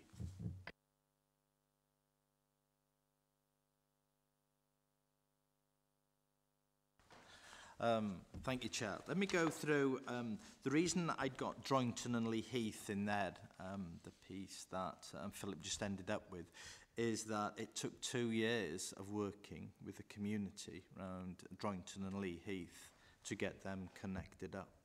And what happens is that when we talked about the Type A and Type C procurements that BDUK are doing, they tend to take larger communities, and yet smaller communities of 24 houses suddenly feel that they're excluded. So that is something that my team tries to concentrate on. In order to make it even commercially successful with the vouchers, we had to bring 2 communities together, work with BDUK and work with Openreach in order to get that delivery. So I'm happy to say that, as you can see in the report, that that was successful. Right, and in fact there's one business that said I was able to stay within the community and not have to move because of the broadband connectivity. So I think that's important. When we move along to the analogue lines, I'm not sure whether you're aware, but Openreach are within the next 2 years going to take away analogue lines service. So those of you who had plain old telephone services where you would lift up the phone, get dial tone, and even if you lost power in the house, dial tone would remain. Those are the plain old telephone services, and that service has been withdrawn. It's being withdrawn because it's quite expensive to maintain. It was designed in the 60s and 70s and has been there for a long time. So Ofcom have agreed that it's going to be withdrawn. This is not a council issue or a government issue. It's an Ofcom and an Openreach issue. However, when we went through we did an audit internally. There's about 600 lines that the council currently rents that are analogue lines. Departments are aware of that, and we now have replacement policies to replace those lines. We also are worried about then vulnerable groups who tend to have a lot of these lines. A lot of the emergency buttons that vulnerable people have around them tend to use these systems.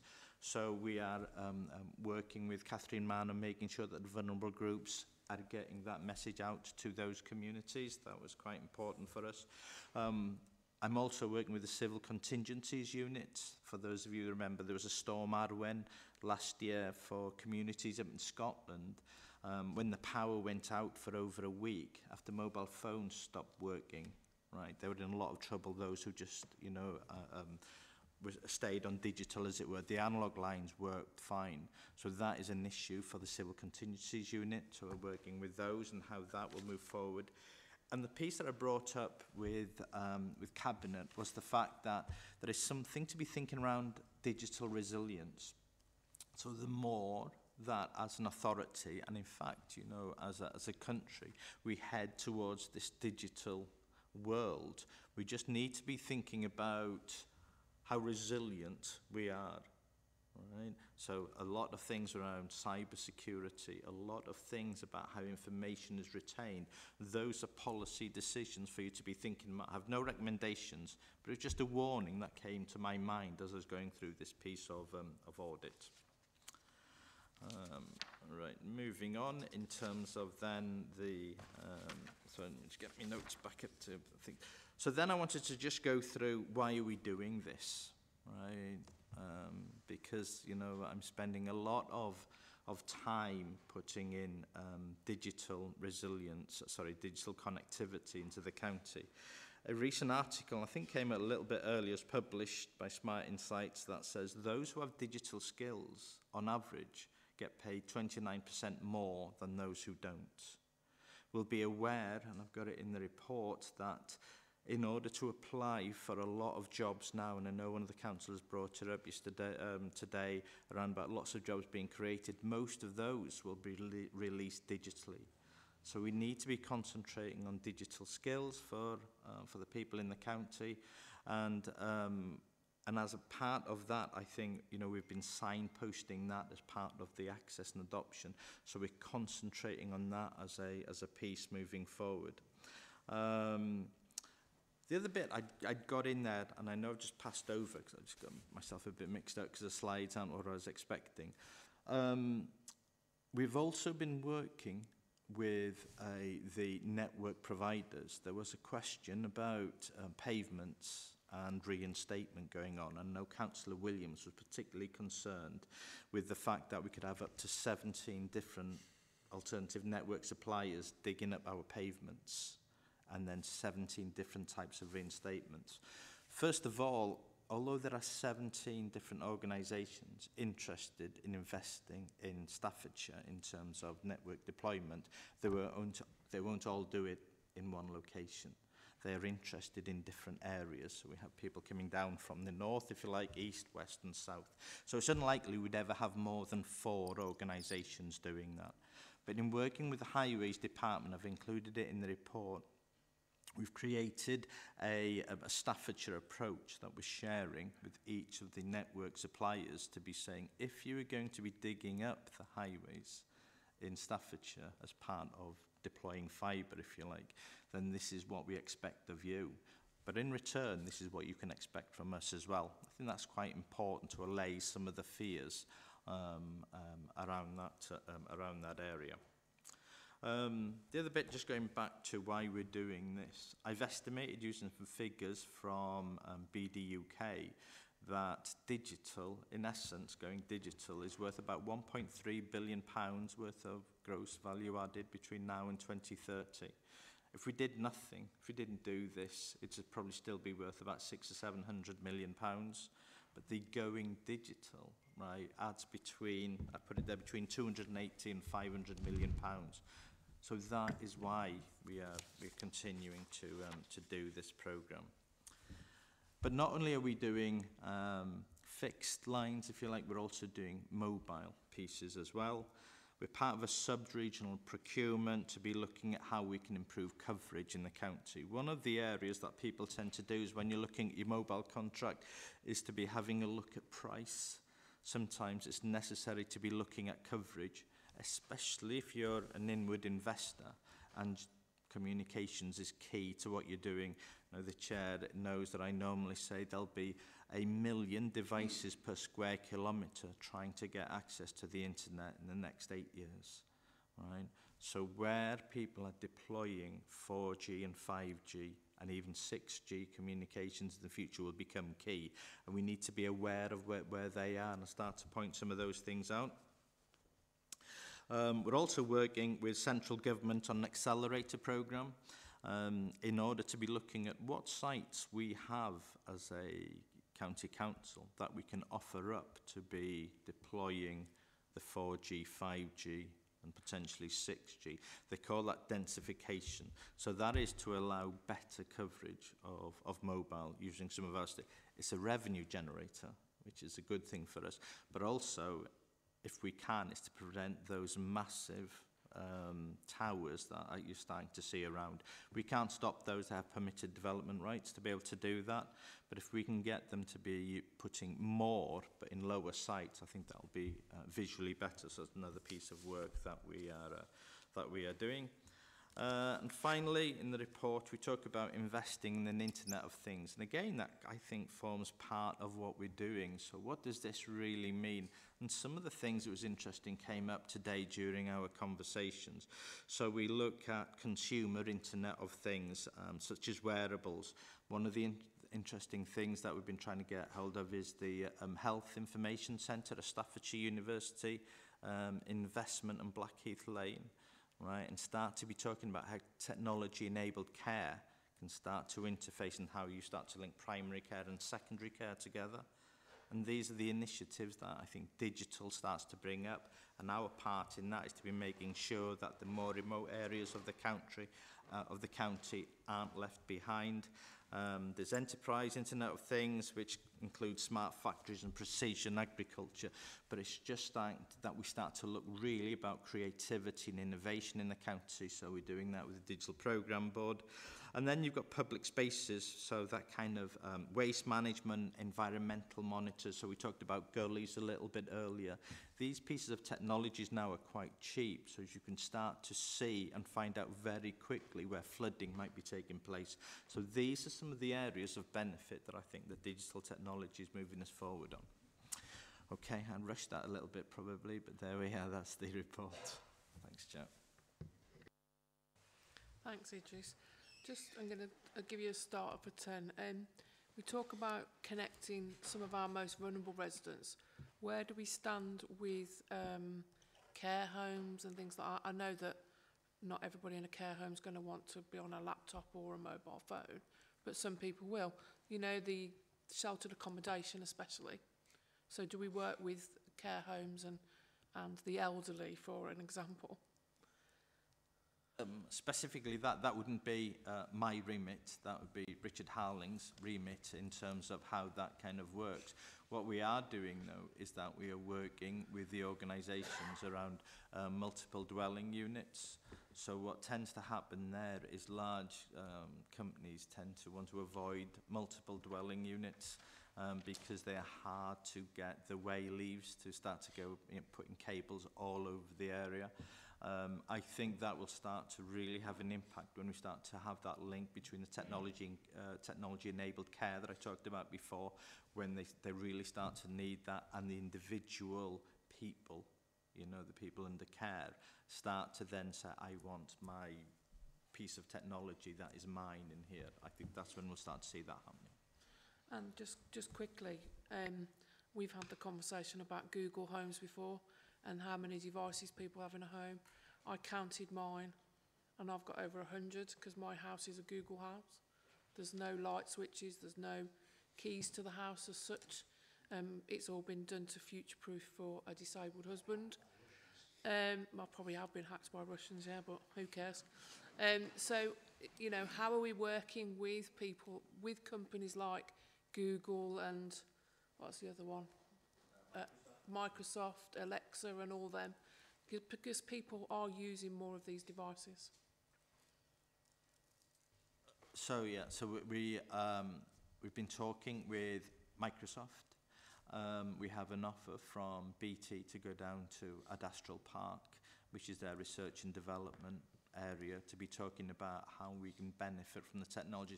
And it's this idea of looking forward, which is why we're looking at the Internet of Things.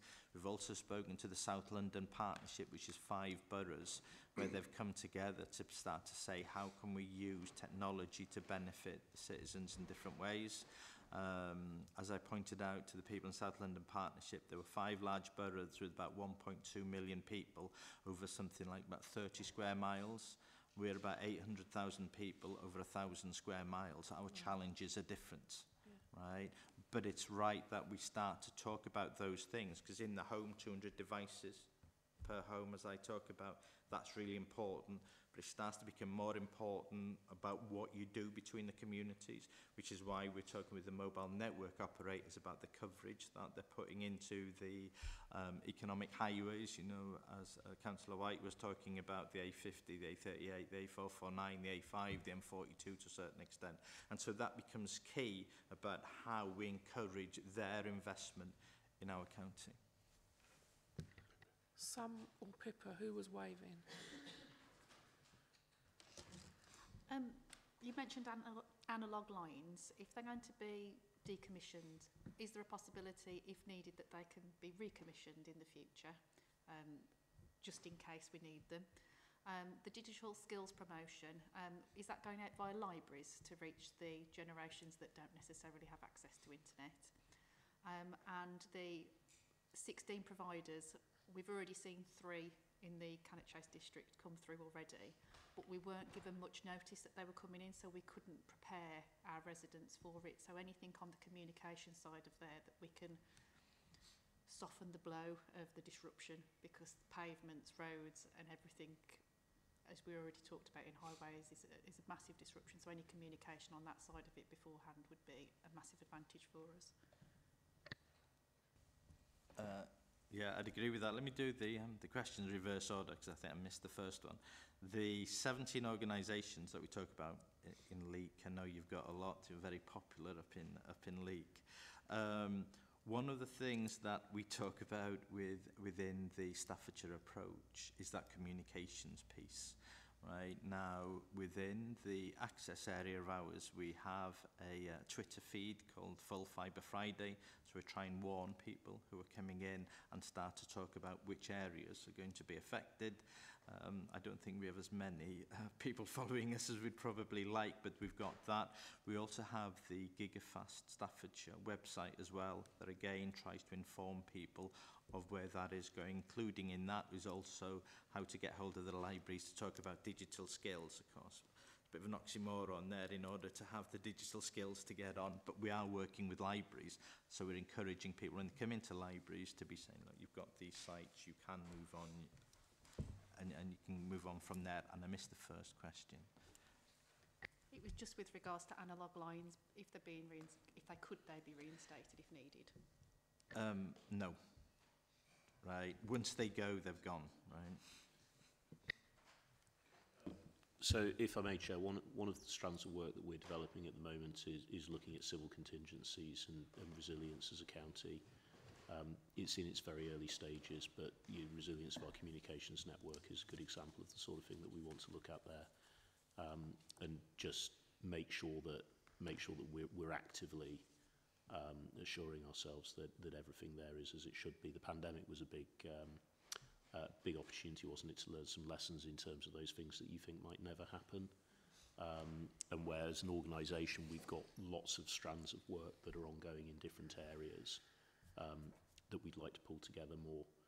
So it's something that we're concerned about, and communication would be a good example of that. Just one other small point, just on the economics of putting in this digital infrastructure, and Idris will kick me under the table if I'm wrong on this, but the profit motive which drives providers digging up the roads and pavements and putting in these lines, generally if you're the third one in, it's probably pretty marginal as to whether you're going to make any money from it. So once you've got a couple who've dug up your streets, maybe you'll get a third. After that, you can probably breathe a sigh of relief, and unless there's some extraordinary area. So hopefully Cannock may have seen most of its troubles from that. I think I'm correct in that, aren't I, Idris? Yeah, you are quite correct, but a leak seems to be a challenging area that it's very popular. I think there's 4 or 5 who might end up in leak. But it is right. I spoke to the finance director of VX Fibre, who are Leela Connect in Stoke, and he was talking about the economics of the issue. And Councillor White is absolutely right. After about 4, it's just economics. You can never catch up in order to make any money out of it. David. Chairman, I look at the hill we have to climb, both from your point of view and also from my point of view. I have absolutely no idea whether I'm a digital body or an analog body. I know that my mobile phone is 4G. I know when I press the computer button it comes on. It sometimes takes a little time, it's quite slow sometimes, but it's fast enough for me at my age. And I mention my age because I work with a group of 50 people who are perhaps my age or a little older. And yes, they all have computers or have mobile phones, but they use them to access WhatsApp to talk to the family. They don't look at websites. They're not conversant with so many of the things that we think they all ought to be automatically conversant with. And also, my home is, like many in the county, one of 9 fairly spread out houses that are within 200 yards of a fibre box, yet we don't have fibre connection. I just wonder how we're going to actually deal with the sort of remote hundreds of people who are like me, who don't have a fibre connection, and seems as though it's extremely unlikely we're going to get a fibre connection. Or perhaps, having asked the question, you're going to tell me how wrong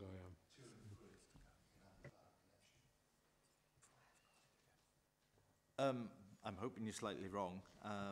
In the report, I forecast that We're going to have 85% availability by 2025 in the next 2 years.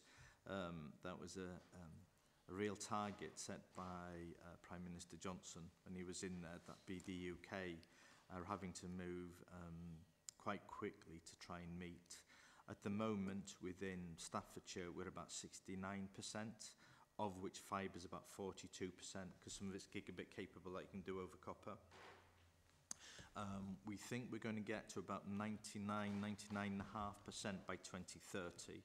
The reason there's always a very hard to reach element that you can either get to using something called fixed wireless access, of which there's a Staffordshire company called Obideo who supply that kind of connectivity to Shell buildings, the petroleum company, or Elon Musk has done low orbit satellites. So the connectivity, I think, will have 100% availability by 2030 to people.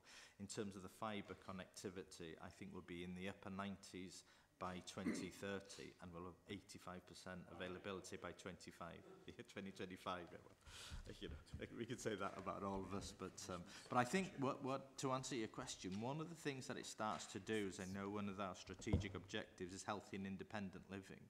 With the piece, and I mentioned that about Staffordshire University at Blackheath Lane and the health innovation centre there, it's that technology-enabled care about wearables, monitoring, especially people who suffer from falls. These are the sorts of pieces of technology that I think in the house, such as the Chair was talking about, we are going to start more and more seeing in people's houses, which makes them, I think, would allow them to stay more in their houses than move into care homes.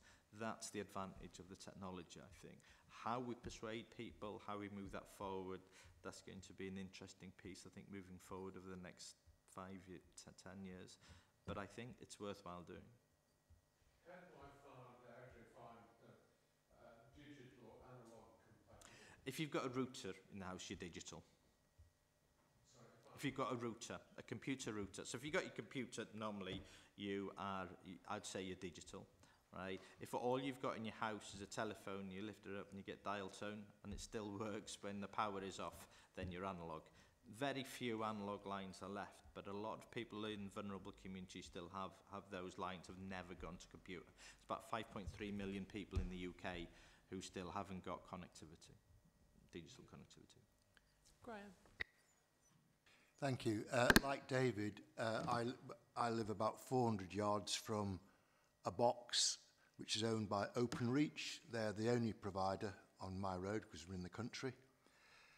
And I've asked Openreach technicians how long would it be before I can get full fibre to the house.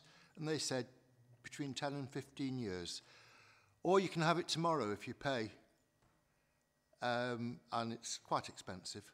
It's over £200 just to string a... that's... They said you can have it tomorrow if you pay, but nobody else is going to pay for you for at least 10 to 15. And 6G will be out by then, and we won't need fibre in the ground. One of the pieces I tried to point out in the report when we looked at Lee Heath and Droyngton is that in order for them to receive fibre connectivity, the government at the time was offering £1,500 voucher to households and £3,500 to businesses. So when we were talking with BD UK, it was then to be saying to the community, please accept these vouchers. When that service is in, please then pay BT. So that was £1,500 per household. BD UK in their last report have said we're now doing £4,500 per household or business in order to get that. But that only starts to become feasible when you come together as a community. One of the first communities in the UK that's going to go through the new scheme is Bobbington. They have 300 premises in there. We need about 100 of those to sign up to the £4,500 voucher in order to deliver fibre to that community. At the moment, we're about 20-25, but we've only just started, been going about 2 weeks. So there are ways to get it quicker with having the government pay. Is it possible to email me that scheme and I'll see if I can get get it in my area then. Sure, I'll do that. Members, can we use our microphones, please? Tony? Thank you, Chair. Just to say, one of the key issues or challenge the team face is around that bringing communities together and that community leadership role to take advantage of these voucher schemes. So the process generally from when we start that engagement and addressing an issue in a locality to when it actually gets deployed is 18 months to 2 years' time. And the way the voucher schemes work is they rely on individual households or premises, if it's a businesses, signing up as a group to basically effectively block purchase in that community. And so where we really need help and support, and it's one of the things that's going to feature on one of the upcoming members' away days, is around actually some of the work that we do in these local communities, how you can then promote that opportunity and help to find those community champions who'll bring, you know, households and business together in the locality to promote actually that. There's funding there, it's $4,500 per premise now, so there's quite a lot of funding there available, but actually some of the barriers, actually the cost implications, you know, are potentially hundreds of thousands in some localities. And so what we want to do with that session is really, you know, equip you with the information of what's available, what support's available for people to get that fibre connectivity, and then be able to promote it and find ways for communities to come together as that broader piece of doing that. We have a small team, you know, who promote things generally digitally, but obviously with all the members' connections in their local communities and indeed parish councils, we could actually, you know, move this agenda on a lot quickly by bringing people together to take advantage of those vouchers and that government support. Pippa? It was just to follow up from the question earlier. With regards to the digital skills promotion, could you share the links for Twitter and different social media skills that you're using so we can... I'm just thinking more that we can then put that straight onto our social medias straight off. Sure. Because it doesn't always allow you to copy and paste off these documents. Okay, yes, true enough. Okay. Are there any further questions? Peter? Yeah, thank you. What's the minimum number of houses that can sign up to the scheme? And what happens if you got a remote, like I've got one in my area, that's remote and it's miles away from anywhere? So if they wanted full fibre, what will they do? Thank you. The smallest one we've done, I think, is it's just outside Burton-on-Trent. There's 8 premises. Sinai House is one of those, so if you know that sort of area, just kind of north of the A38, so it's just the other side, so it's not far from the new school. Is it James Taylor School? John Taylor School, sorry, thank you. Yeah, so it's just south of that. It was a gated community, 8 houses, they'd just been left behind, and so we did it with 8 houses. Again, using the voucher, so all 8 had to sign up. Once it was delivered, you know, they then took the service, and that was it. Thank you. Any further questions or comments? Tony? I just wanted to add, Chair, that I think over the number of sessions we've had since we developed the digital infrastructure strategy, and we've seen that evolve now, and we have the full team in place for over a year now, you can see the progress we're beginning to make on a number of fronts now. You know, moving from that legacy superfast program into a gigafast scheme where we're pushing ahead. We've got some assurance now around the scale of the challenge and indeed in terms of the number of premises that we need to, you know, support in getting that access, and we're getting some, you know, further, you know, comfort and assurance through, you know, the work we're doing with BD UK, identifying those premises and bringing those on stream through working with them and their procurements, as well as working with the commercial operators and through things we've done with the sort of barrier busting approach and our sort of work locally around that. And in particular, you can see some of the sort of, you know, the technicalities and the nuances that, you know, need to be taken into account in rolling, you know, the programme forward. But also I think what we'll begin to see over the sort of next year, 18 months, as Idris has shaped up, there's no point putting all this infrastructure in place if we don't take advantage of it. We've talked about the economic benefits into potentially hundreds of millions that we can see get returned into the county, supporting that prosperity agenda and growth, but also as well get people to take advantage of it and use it for how we you know, live, work, learn and be healthy and happy, and the opportunities that brings. So as we sort of get more assured around that connectivity, be it infrastructure getting put in place, making sure then people can access it and then begin to use it will be the push really over the next 18 months as we go forward. So we'll hope to be able to bring you, you know, stories of success around where we get communities connected up, but also actually focus on examples where we can use different technologies, not just fibre, to improve access, as well as the different advantages it brings to the way we live, work and learn. So hopefully that'll be the features going forward. Thank you. If there are no further questions or comments, we've got 2 recommendations. That we endorse the update and approach being taken in deploying the digital infrastructure strategic framework, and B, note. We don't do note.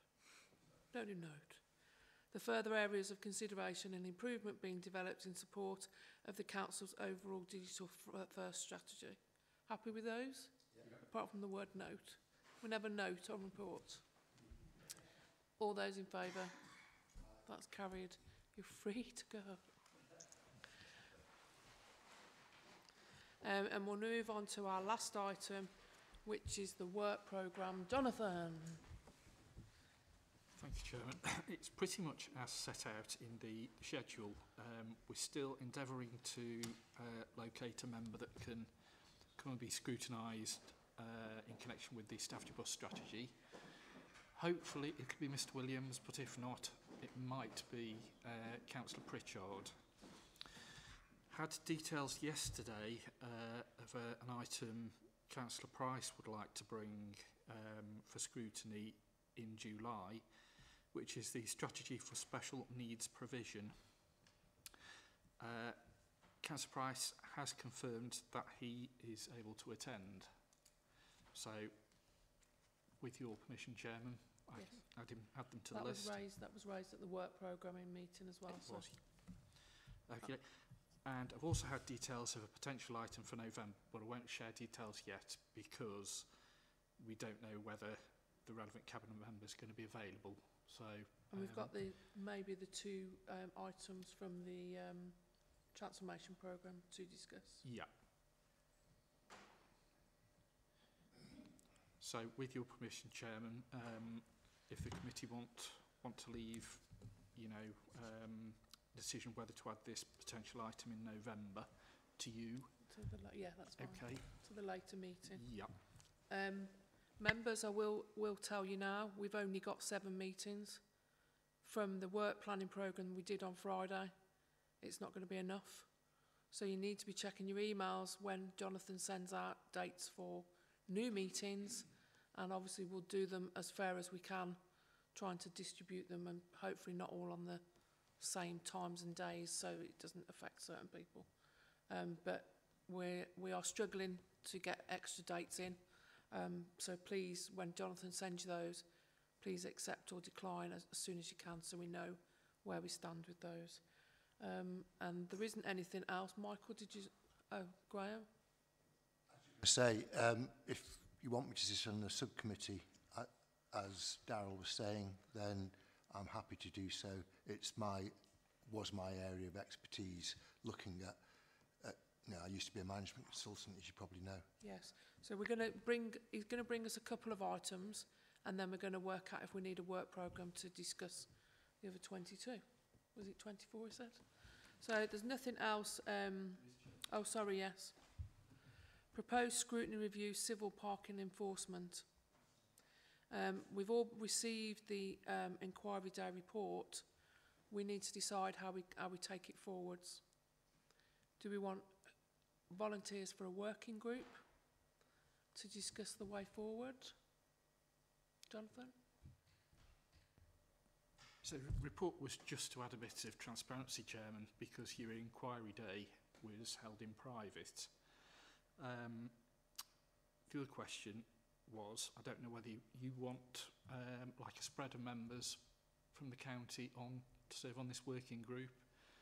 I mean, part of the evidence gathering session might be to either survey all of the members or, you know, get members' views from each area of the county.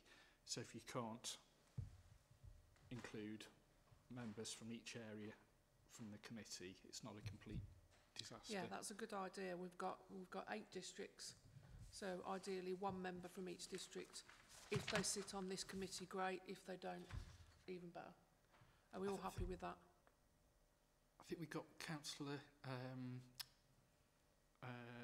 Hayden and Thompson had indicated previously. So discuss amongst yourselves who wants to do it. So we get 1 per district. Is that what you're saying? Basically, but I mean, if both want to sit on, that's fine by me. We know they come as a double act.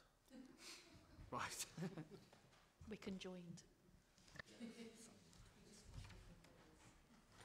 Okay, so if we're happy with that, if you can send something out and we can get 1 member from each district would be great. And obviously the date of the next meeting is Thursday the 6th of July at 10 a.m. in the morning. And that's the end of today's meeting, so I'll call it to a close at 16:55 and thank you for your attendance today. Thank you very much.